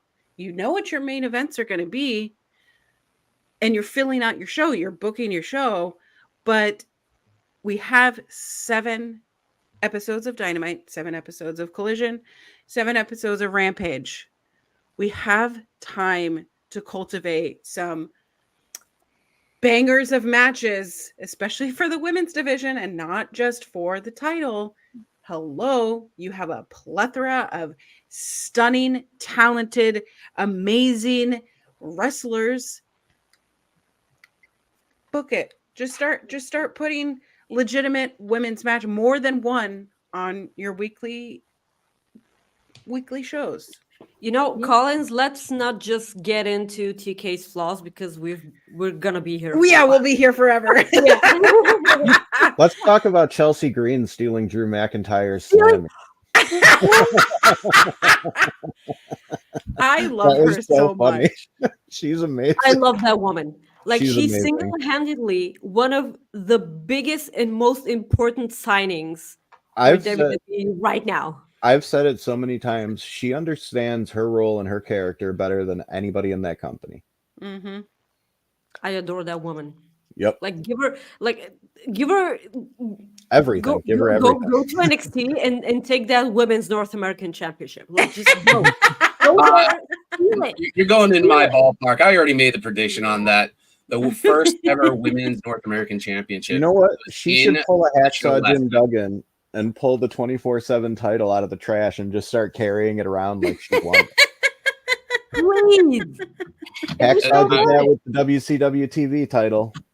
I already made my pick for the first ever North American Women's Champion, and I really believe she was on there in that 6 women's tag. It's going to be Thea Hill.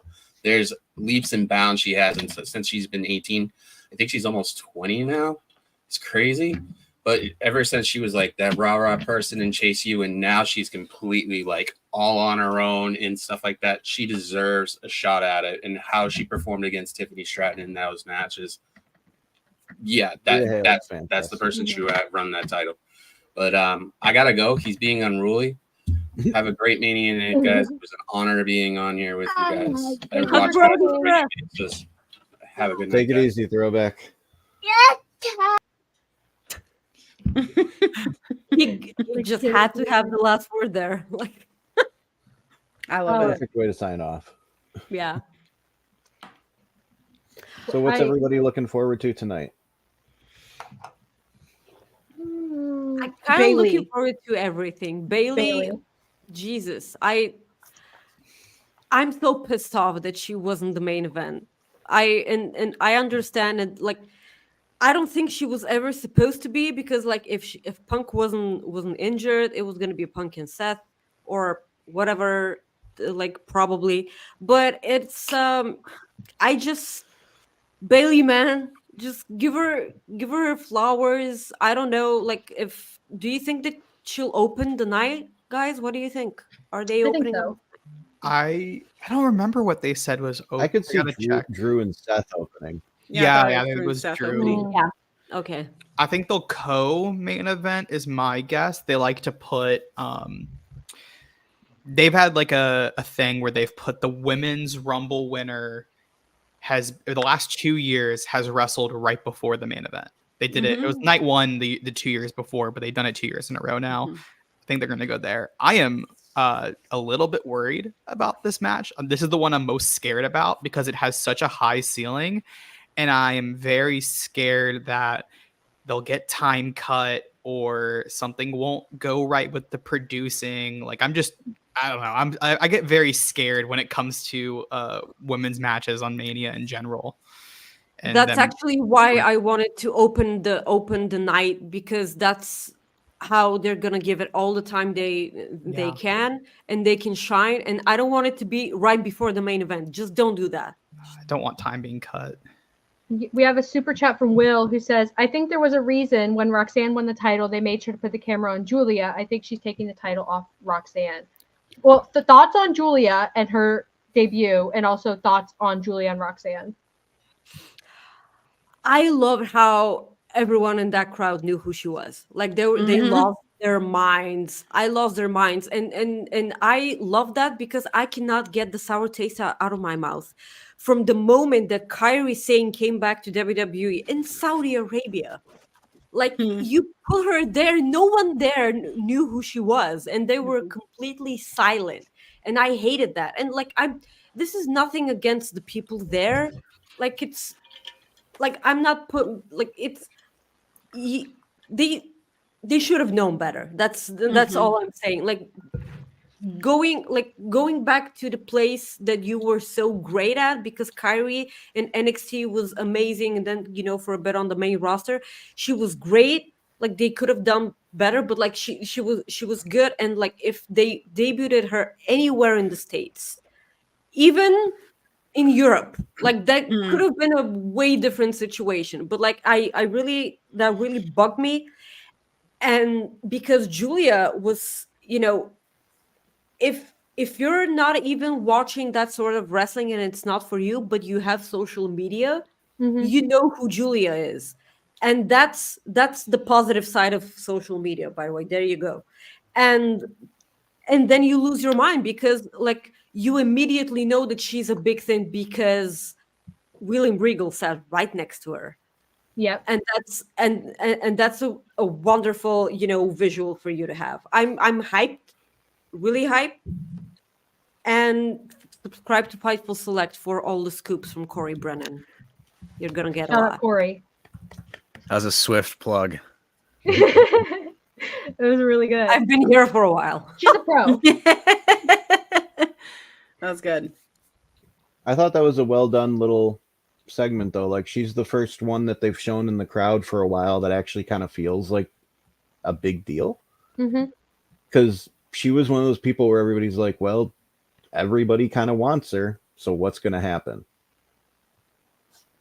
And I think it was really heartwarming to see, because at least to me, she looked really surprised that people knew who she was and they were cheering for her. She looked really surprised, a little bit nervous, but it's to be expected. And I think, I think she'll do good things at NXT. I don't expect her to be there long, though. I think that they're gonna, she'll be there for a little bit to sort of get acclimated to the environment and then immediately be main roster. And she wrestles so differently to anybody in WWE. She's like very stiff, very like hard hitting in a way none of their other women are. So I'm interested to see if she retains that, and if she does retain that, how it comes across with the WWE presentation. I think she's a great find for them, though. I think she's going to do great things. Hopefully, fingers crossed. It's WWE after all. But I was excited for her. I really was. Me too. Yeah, I think Julia is incredibly talented and has a lot of crossover appeal. With NXT, I think she's going to probably have a very similar stint as Asuka did, where she's going to be down there for probably 2 years, like a year and a half to 2 years, just because of the transition of her style into what I assume they're going to, that Sean's going to want and that the PC is going to want. I think that might take a little bit to get accustomed to, and then to introduce her. So I think they could, because there's been a lot of people who have come in recently and I've been like, oh, they're going to do like a quick 6-month stint, and then they end up being down there for 4 years. Yeah. So I think they'll be there for a little bit. That's a good point. I don't know. I think Julia I feel like she's going to be different. I don't know. They're presenting her like she's going to be the darling of NXT. And then Triple H posting a picture with her. Clearly, like, they think very, very highly of her. And they're really parading her around as though she is a Will Ospreay level signing, which I think she is. Yeah, absolutely. I think she's a difference maker the same way as Will Ospreay. And I think she's going to be a workhorse in the same way. And I think there's so many interesting matchups that they can have. I think that she is a more complete wrestler than anybody in the NXT women's division right now. But I think that she has the potential to really bring them up to her level. So like this crop of NXT women's wrestlers, I'm super excited for, because when they hit the main roster, like floodgates are open. Like there's nothing that WWE could do to stop that. And it's like, they're going to be the fan favorites. The crowd is going to love them the most. Like they're just organically going to be that great. And WWE, it's been a long time since they've had a claim on like, our wrestlers are great and people love them because they're good wrestlers, not because they are silly, goofy, or because they do good characters or whatever. It's like, they're good wrestlers. They do good matches. And that's why fans like them. Like WWE hasn't been that way in a long time. And I think it's really cool that it's the women who, I mean, Gunther, but he's in his own universe in WWE. Yeah, I mean, WWE's always had the talent, but Triple H is more a fan of actual in-ring work than Vince was. Exactly. And I think we're starting to see that. Like, the fact that Chad Gable is, like, being positioned as, like, hey, this guy is so good that Sami Zayn needed to go to him to train like to face Gunther, like him not just being a comedy character anymore and not being Shorty G, by the way, if you guys remember, because, oh my God, we don't know. But like he's an Olympic level athlete, literally. Yeah. Like the fact that we're finally seeing him get respect. Granted, I wanted him to be the one to take it off Gunther. That's another story. but maybe he can be the one who takes it off Sammy, because he told him right before he went out, "You owe me a favor."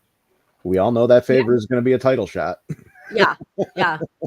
But talking about Chad Gable, I was really bummed that back in like years ago he wasn't the one to win King of the Ring, and he lost to Baron Corbin.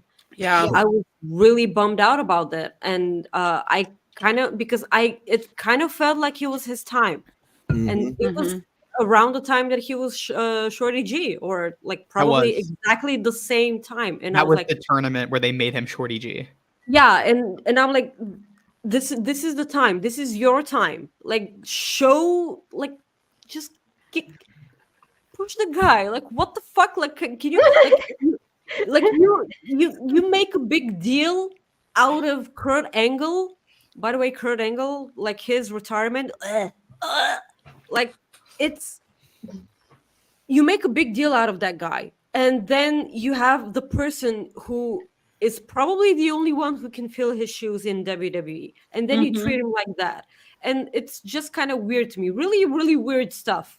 So that I hated that, and I kind of feel like right now the thing that he's doing, the place that he's positioned in the company is finally starting to swim out of those really, really weird waters that he was in. We all know that he can be goofy. We all know his work with Otis and in the academy and everything. We get that, but the dude can wrestle his ass off. Like, just give me that. Yeah. And actually, too, on the note of him being like, on the goofier side, I think if you want to look at like, what Vince liked to do with Chad Gable versus what Hunter wants to do with Chad Gable, if you look at like the full span career of Kurt Angle, so much of his best moments is his goofiness. So at least the one like silver lining of his goofy Shorty G era is like we've seen like, okay, if they want to flesh him out, make him a 3-dimensional character, he can hit all the beats. Because so many people who are like, you'll get characters like Jonathan Gresham, for example. That guy, one of the best in ring, but I can't like picture him like making a total goofball of himself. So it's like he can be that goat for like in ring stuff, really but like Gable for sure. So Gable, at least we know if they want to do that, maybe they can handle it a bit more 3 dimensions. And actually, when I first was getting like back into wrestling in like 2018, I think, from like my childhood love, and I didn't watch it. There was like a house show near me and the tickets were like dirt cheap. I got like ringside tickets the day of for like $50 or something. And I didn't know anyone on the roster, like anyone. And I saw Chad Gable used to team with Bobby Roode, right? Is that correct? Yes. Yeah. So it was Gable and Roode on a tag team against someone. And I was like, who is this guy? And like he blew me away. So like even like it was just so long story short, I think we're just trying to say respect to Chad Gable. It's his time soon. Yeah, but it definitely didn't help with the fact that these stories for Vince. Like the moment he sees that you can be funny, you can't be anything other than funny from that moment on. So funny and short. It's like the double death sentence in Vince's eyes. Yeah, I totally forgot that he was actually short. Like to me, he's such an athlete. He's just like larger than life. He's duplexing guys like Ivar on a regular basis. Yeah, he's probably not even short, but like he's just not 7 feet tall. Like Sean. He's like 5'8" or 5'9". He's 5'8". Yeah, not short. Well, I'm 5 feet. He's built at 5'8". Short. I feel like to the non-wrestling scene. What's funny is like if you actually average, him and Ricochet are really about the same height, and nobody ever calls Ricochet. Jeez, yeah, that's so true. Justice for Chad Gable, for real. Yeah, that's the moral of the story here. 5'8" isn't even short. Like I feel like that's average height for a man. Yeah, it is. Yeah. Wow. But when you only hire tall wrestlers who are taller than him. But Yeah, I could never understand why, like, there's a whole different part of women. Oh, I like tall men. I like my men to be at least 7 feet tall. 5'8", Right. and like, why do you like tall men? I'm 5 feet tall. Like, what? Maggie likes a short king. Let's go. I don't want to hug your dick every time I want to kiss you. Like, that's not. Some people do. Listen, Not in public, okay? I- Like, let's leave it for another room. I'm almost 6 feet tall, and I just married someone who is 5'7", 5'8". Short kings. Yeah, it. short king representation. Listen, yeah. Now I feel bad for being 6'2". What the hell? Yeah, you should feel bad. Boo. Yeah, Boo. boo, guys. And he's not even short. Colin. I know. You're tall. You're tall. I know. It's all my fault. Not them. Like, be shorter, God. Yeah, geez, sorry. Sorry. I'll cut my legs off next time.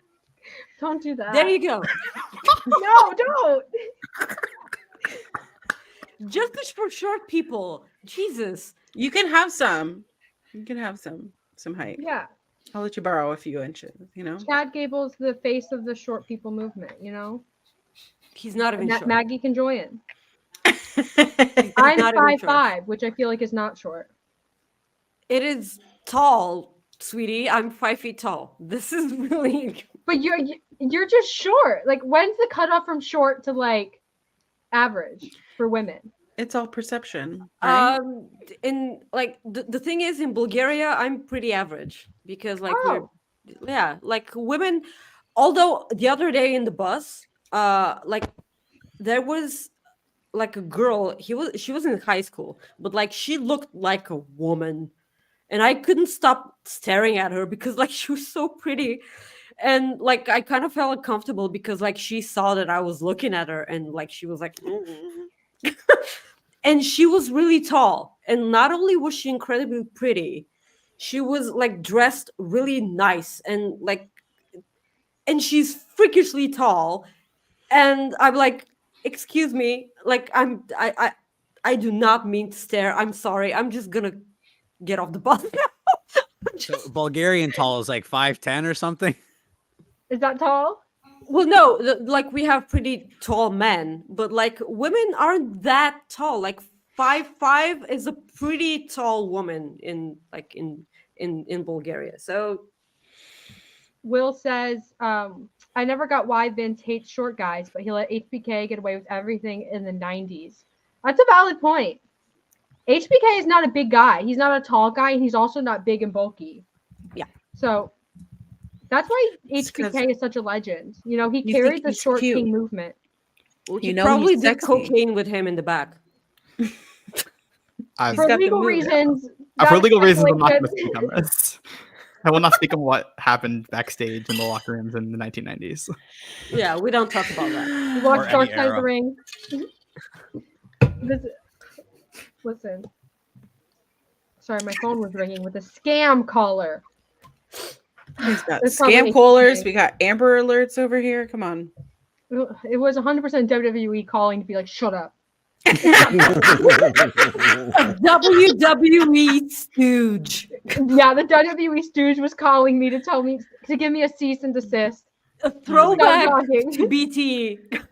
By the way, if you ever have an issue, speaking of WWE, the shop WWE, if you ever have an issue, they fix it like almost immediately. They are amazing. So if you ever have an issue with your order, like getting the wrong poster, like I did, they're amazing and they replace it right away. We love good customer service. WWE does something right. Mm-hmm. Wow, and it's the WWE shop too. The WWE shop. That is the benefit of being a $1 billion organization, is you can hire enough infrastructure to actually support good customer service and things You'd like be surprised. I love it. Well, yeah, I know. Big the TNA shop support team is. Oh, don't get me started on Shop AEW. Also, if you want to be a part of go buy the TMDK Jacket Club, just know that it came to me within 2 weeks.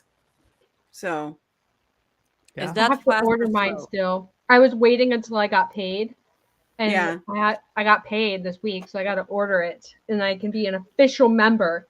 So Because Maggie, Kate said if she ever gets married, all her bridesmaids are gonna wear them. yeah, So I exactly. gotta prepare, But Maggie, stateside, at least for me, it takes over a month for Shop AEW orders to get to me, and I just live in crazy. Seattle, so that's not even the entire United States. WWE orders usually get to me within 2 weeks' time. My Bailey shirt didn't arrive by Mania. I'm a little Boo. bitter about that. Ordered it on the 22nd of March. It's fine. It's fine. It'll be here the day after Mania. I just Bastards. my Claudio and Kenny ROH figures will be here Wednesday. Woo! Are you excited? I'm mostly excited because Mel designed the box art. Shout out Mel. She's like all the ROH love figures Mel that here. Jazzware is going to be doing are going to be Mel's art on the box. Amazing. Shout out Mel Coleman. Everybody go follow Mel Coleman art on Twitter and support Mel. Like it went from everybody being like, God, I wish I could buy your stuff, to now everybody being like, oh, there's so many things that Mel has designed that I want and I don't have enough money. And it's at the point now where, like, no shade, but if it's something that Mel didn't design, I'm immediately like, oh, Mel could have done it better. Yeah. Like I'm Right? like, oh, but Mel's shirt was so much better. Like, I don't want to buy this one because Mel has one for the same talent that's infinitely better. Look at this Thunder Rosa design that she did that I just put up. Like, that is insane. Who does that? Who does that? The Sting, one of the Sting Mel Coleman shirts with the 3 phases of Sting. Yeah. I wore that and I got so many compliments and people were asking me where did I get that? That one, right? Yeah. It's so good. It is a brilliant design. I'm like, being that talented should be punishable. The moment she did the Don Callis Last Supper, that's when I knew she's a star. Like, she became family to me when out of nowhere she found out I was interviewing Daniel Garcia and stayed up all night making this piece just so I could put it at the top of the interview. That's wonderful. No. That's very kind and talented. Yeah, she's legitimately one of my best friends, and this and the William Regal piece that she made for me when I interviewed Regal a couple of years ago, like, incredible. When you take talented and kind, it's like that's an overpowered person right there. Usually it's one or the other. Literally one of the nicest people. Nobody deserves success more than her. Women. Like, I follow most of the wrestling artists, and watching all of them, like, not only be happy for her but constantly talk about how she's the benchmark is incredible. I'm so proud. Yeah, me too. I am so proud. Hold on, I have to cough again. How dare you? Listen, support real artists that do the real work and have talent. Yes. Please let's not get into that. No, we're not talking about that. We're not talking about that. That's why I phrased it that way, Maggie. Come on. Maggie's crazy. Maggie, we gotta have you on more often. Yeah, let's do it. I mean, I told you I was pretty pissed that I was never on Tag Talk, so I'm gonna be here now. Yeah. Okay. Are we doing a pre-show today? Yeah, Rob just sent a text. Yeah. Oh. Yeah, we are doing a pre-show today. So okay, cool. Okay, we can end this show with this question. Is the Cody Rhodes story finally over? I can cuss on this, right? Yeah. Yeah. Okay. Fuck the bloodline. Fuck Roman Reigns. Story is now. This is the time for us to win. I went to LA last year. I spent so much money. I bought a Cody Rhodes jacket that's hung up in my closet. I have my shirts that Get I out of the closet, it's not. I bought 2 shirts. I bought 2 Cody Rhodes shirts. I have Cody Rhodes neck tattoos sitting in my office. This is my office. It's sitting in my bedroom. Put them on your butt. everything for Cody Rhodes. I did everything. This is our time. This is time for the American nightmares around the world to rise, to take down the evil bloodline. We need to save the business. The story needs to end. The business has been ruined by Roman Reigns. He doesn't show up to work, but guess what? Cody shows up to work. He gives out tables to fans. He gives out blood to the fans. He ran the blade. He did what we've all been begging for. He went to somebody's wedding as his best man. He's gone to proms. He is the real champion of this business. Cody Rhodes will finish the story. God, now I want Roman to win. I'll go home and smoke more crack. My first thought, Caden, is stop giving so much money to WWE Shop. Caden is WWE Shop. He runs WWE Shop out of his closet. Hey, if anybody is going to shop there, Astrid has a partner link. You can go use that, and it'll help her. Put it in the chat, Astrid, if you're still here. Oh yeah, Yeah, Astrid was here. I don't know if Astrid is still here, but Caden, go home and smoke some more crack. I need some crack. We all do. Cody Rhodes is definitely winning. If he doesn't, I made some kind of weird proclamation last year, but like if Cody doesn't win, it'll be the most genuinely surprising outcome of any match. I think it would be the worst booking decision of the last year. No, it'd be worse than last year. It would be like mind-numbingly stupid. It'd be a worse booking decision than Billy Gunn technically beating Jay White. Why'd you bring it up? No. We did not. Caden. You did not bring that up. Rude. Yeah. Go away, crack now. Out. You know what's so fucked up as like Jay White's number one fucking glazer is he left. Is the fact I didn't know that happened, and I'm hearing about it now for the first time, and I'm shocked to my core. You didn't know that Billy Gunn beat Jay White by DQ. This is why I only watch TNA, because I legally have to. Mark, man. Other than that, I'll bring Caden back solely because I want Caden to be able to do plugs. Yeah, if he has them. I finally have a plug, like a legit plug. Oh, period. But Luke, do you think Cody finishes the story? Yeah, and usually I would say no, but I say this from a creative and a business standpoint. Let's rewind here. My answer has some lore. So I stopped watching WWE specifically when the Hell in the Cell between The Fiend and Seth got stopped because it was going too far. But okay, you know what? If this is how we can just make shit up now, like what do I even fucking care for, right? Yeah. So I just watch Rumbles and Manias now, and oh my God. I think the reason there's only one option to have Cody win is because you've done the whole finish the story angle, and you've done the whole. They've leaned into the Cody crybaby thing and the we want Cody thing, whereas last year it was, to my recollection, pure fan hype and pure just following the booking. But now there's like an artificial movement of like fan hype. And I say artificial because like they're distributing like the we want Cody signs and stuff like that. It is very genuine, but WWE is playing into it. So it's very much paralleling Daniel Bryan, where it started off as a genuine like fan push and then transitions into the more orchestrated narrative. And I just think if they don't, I don't see what they have to fall back on, where at least last year they could fall back on like an underdog story where he's rebuilding it up. And there's options and way you can approach it. When you have Cody lose last year, okay, now we can build up to like he's an underdog working his way up again, have him win the Rumble again. You can't have him win a Rumble a third time in a row, and you can't redo the same underdog story. So I just don't see any options left. Whereas last year, although it's fucking stupid and insane and boring and I hate it, making him lose, at least you can write your way out of that. You can't really write your way out of this one other than just ending it hard, like the story's over. because if Cody loses this, he has to go to like a tag team or a mid-card division title. Because it's like, what can you possibly do with that? Oh, he lost. Now he's an underdog for a third straight year in a row. Like, I just don't think you can write your way out of it.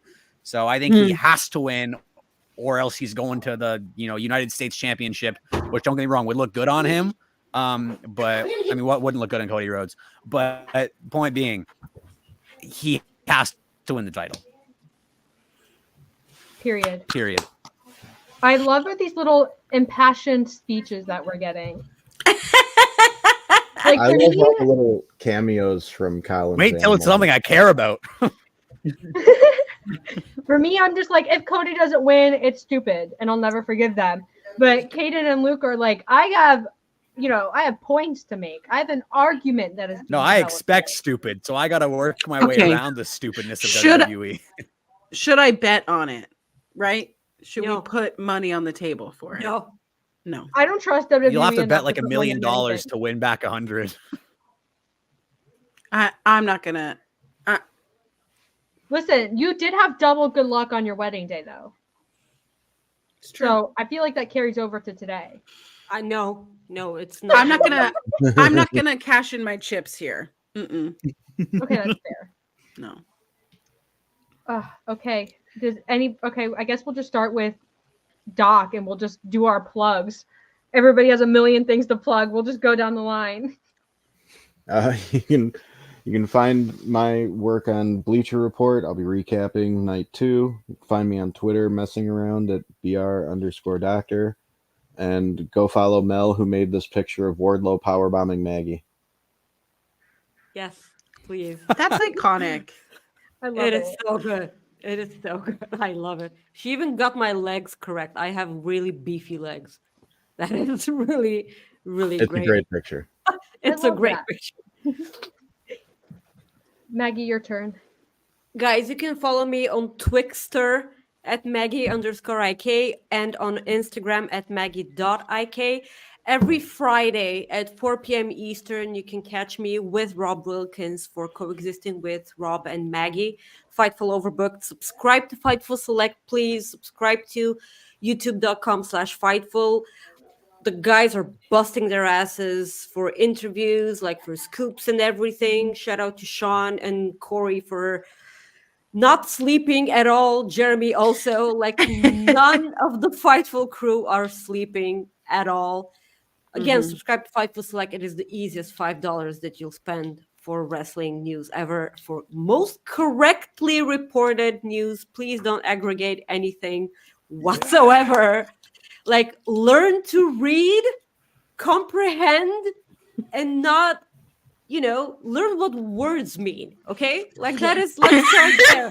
Go, you tell him, Maggie. School, go, Maggie. School and learn how to read. And this word means this, not the obsolete thing that you want it to mean. Please, okay. Continue, because like I'm getting pissed.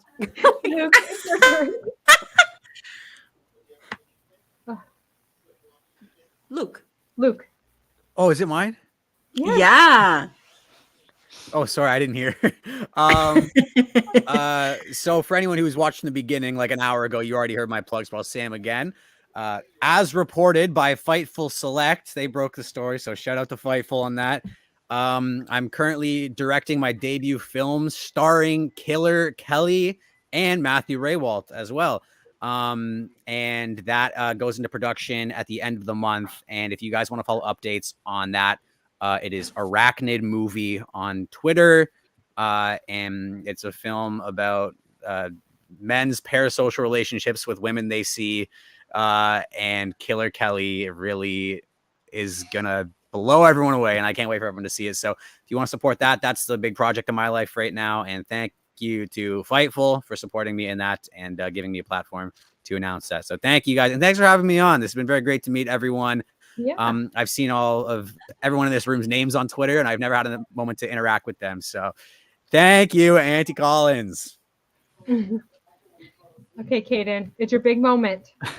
So you can find me on Twitter at Caden.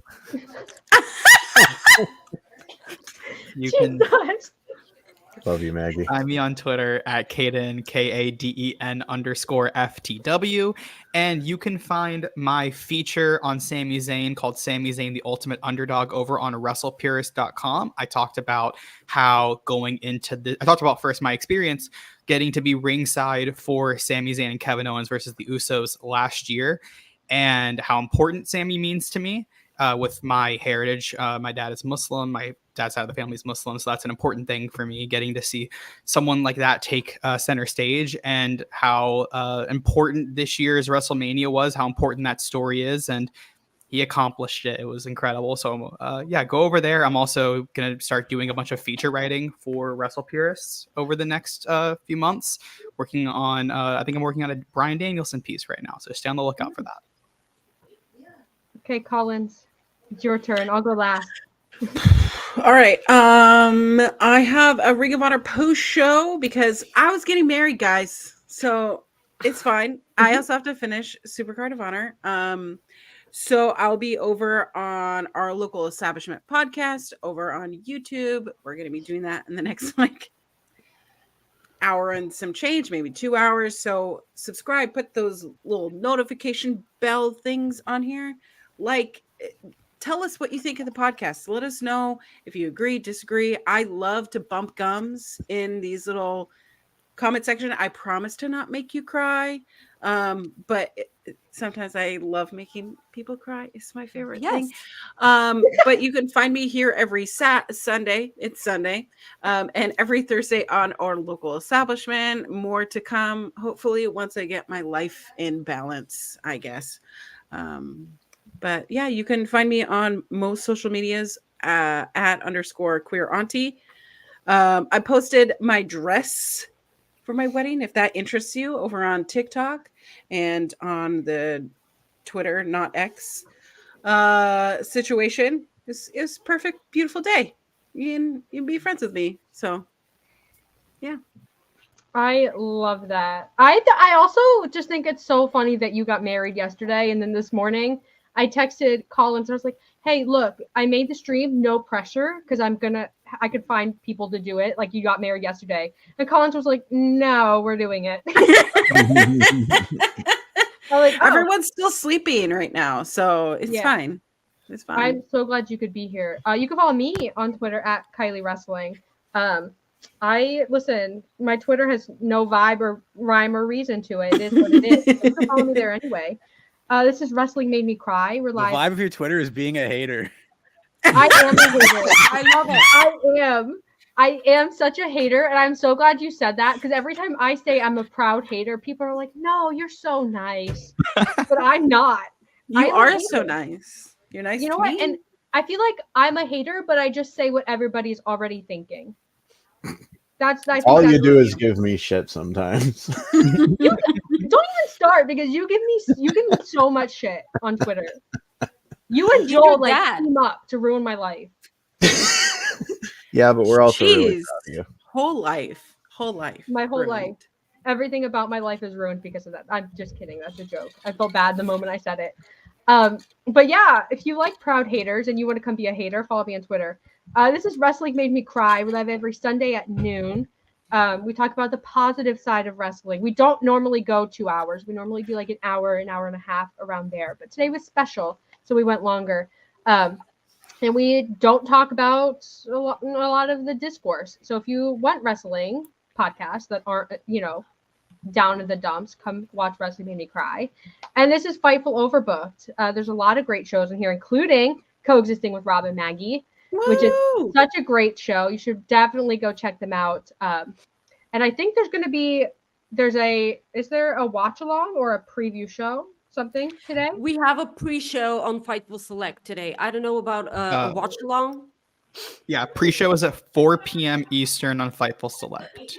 Okay, so subscribe to Fightful Select. Go do the whole thing. Go watch the pre-show. There's gonna be a lot of people there. I can't even tell you who's gonna be there. It's just gonna happen. But subscribe to Fightful Overbooked. Subscribe to Fightful Select. Fuck the main channel. We don't care about that. We care about The main channel are for, is for people who, have nice faces and brilliant eyebrows. Okay, so we're the real people here. Okay, like this is real life. This is real life. This is zero makeup. Okay, like because we don't have money. Yeah, and I'm always canonically naked for every podcast. Whoa! Like you couldn't even know. Like I'm not wearing any pants right now. Like what? Like I'm wearing a Rick and Morty t-shirt because it costs like $1. Like I respect it. I respect it. I'm wearing a onesie. It's fine. I'm wearing it's a green shirt, but the collar makes me feel like I'm Christian Cage. So I was gonna say Christian Cage. That's why I wear it. I need to get a black one though, and then it can be real Christian Cage. You need to get the black one, and then you gotta cut the sleeves off. Cut the sleeves off. Yes. I'll just do a whole Christian Cage cosplay. I'll do every podcast as Christian Cage. No. Kylie is going to start a stable called the Matriarchy. That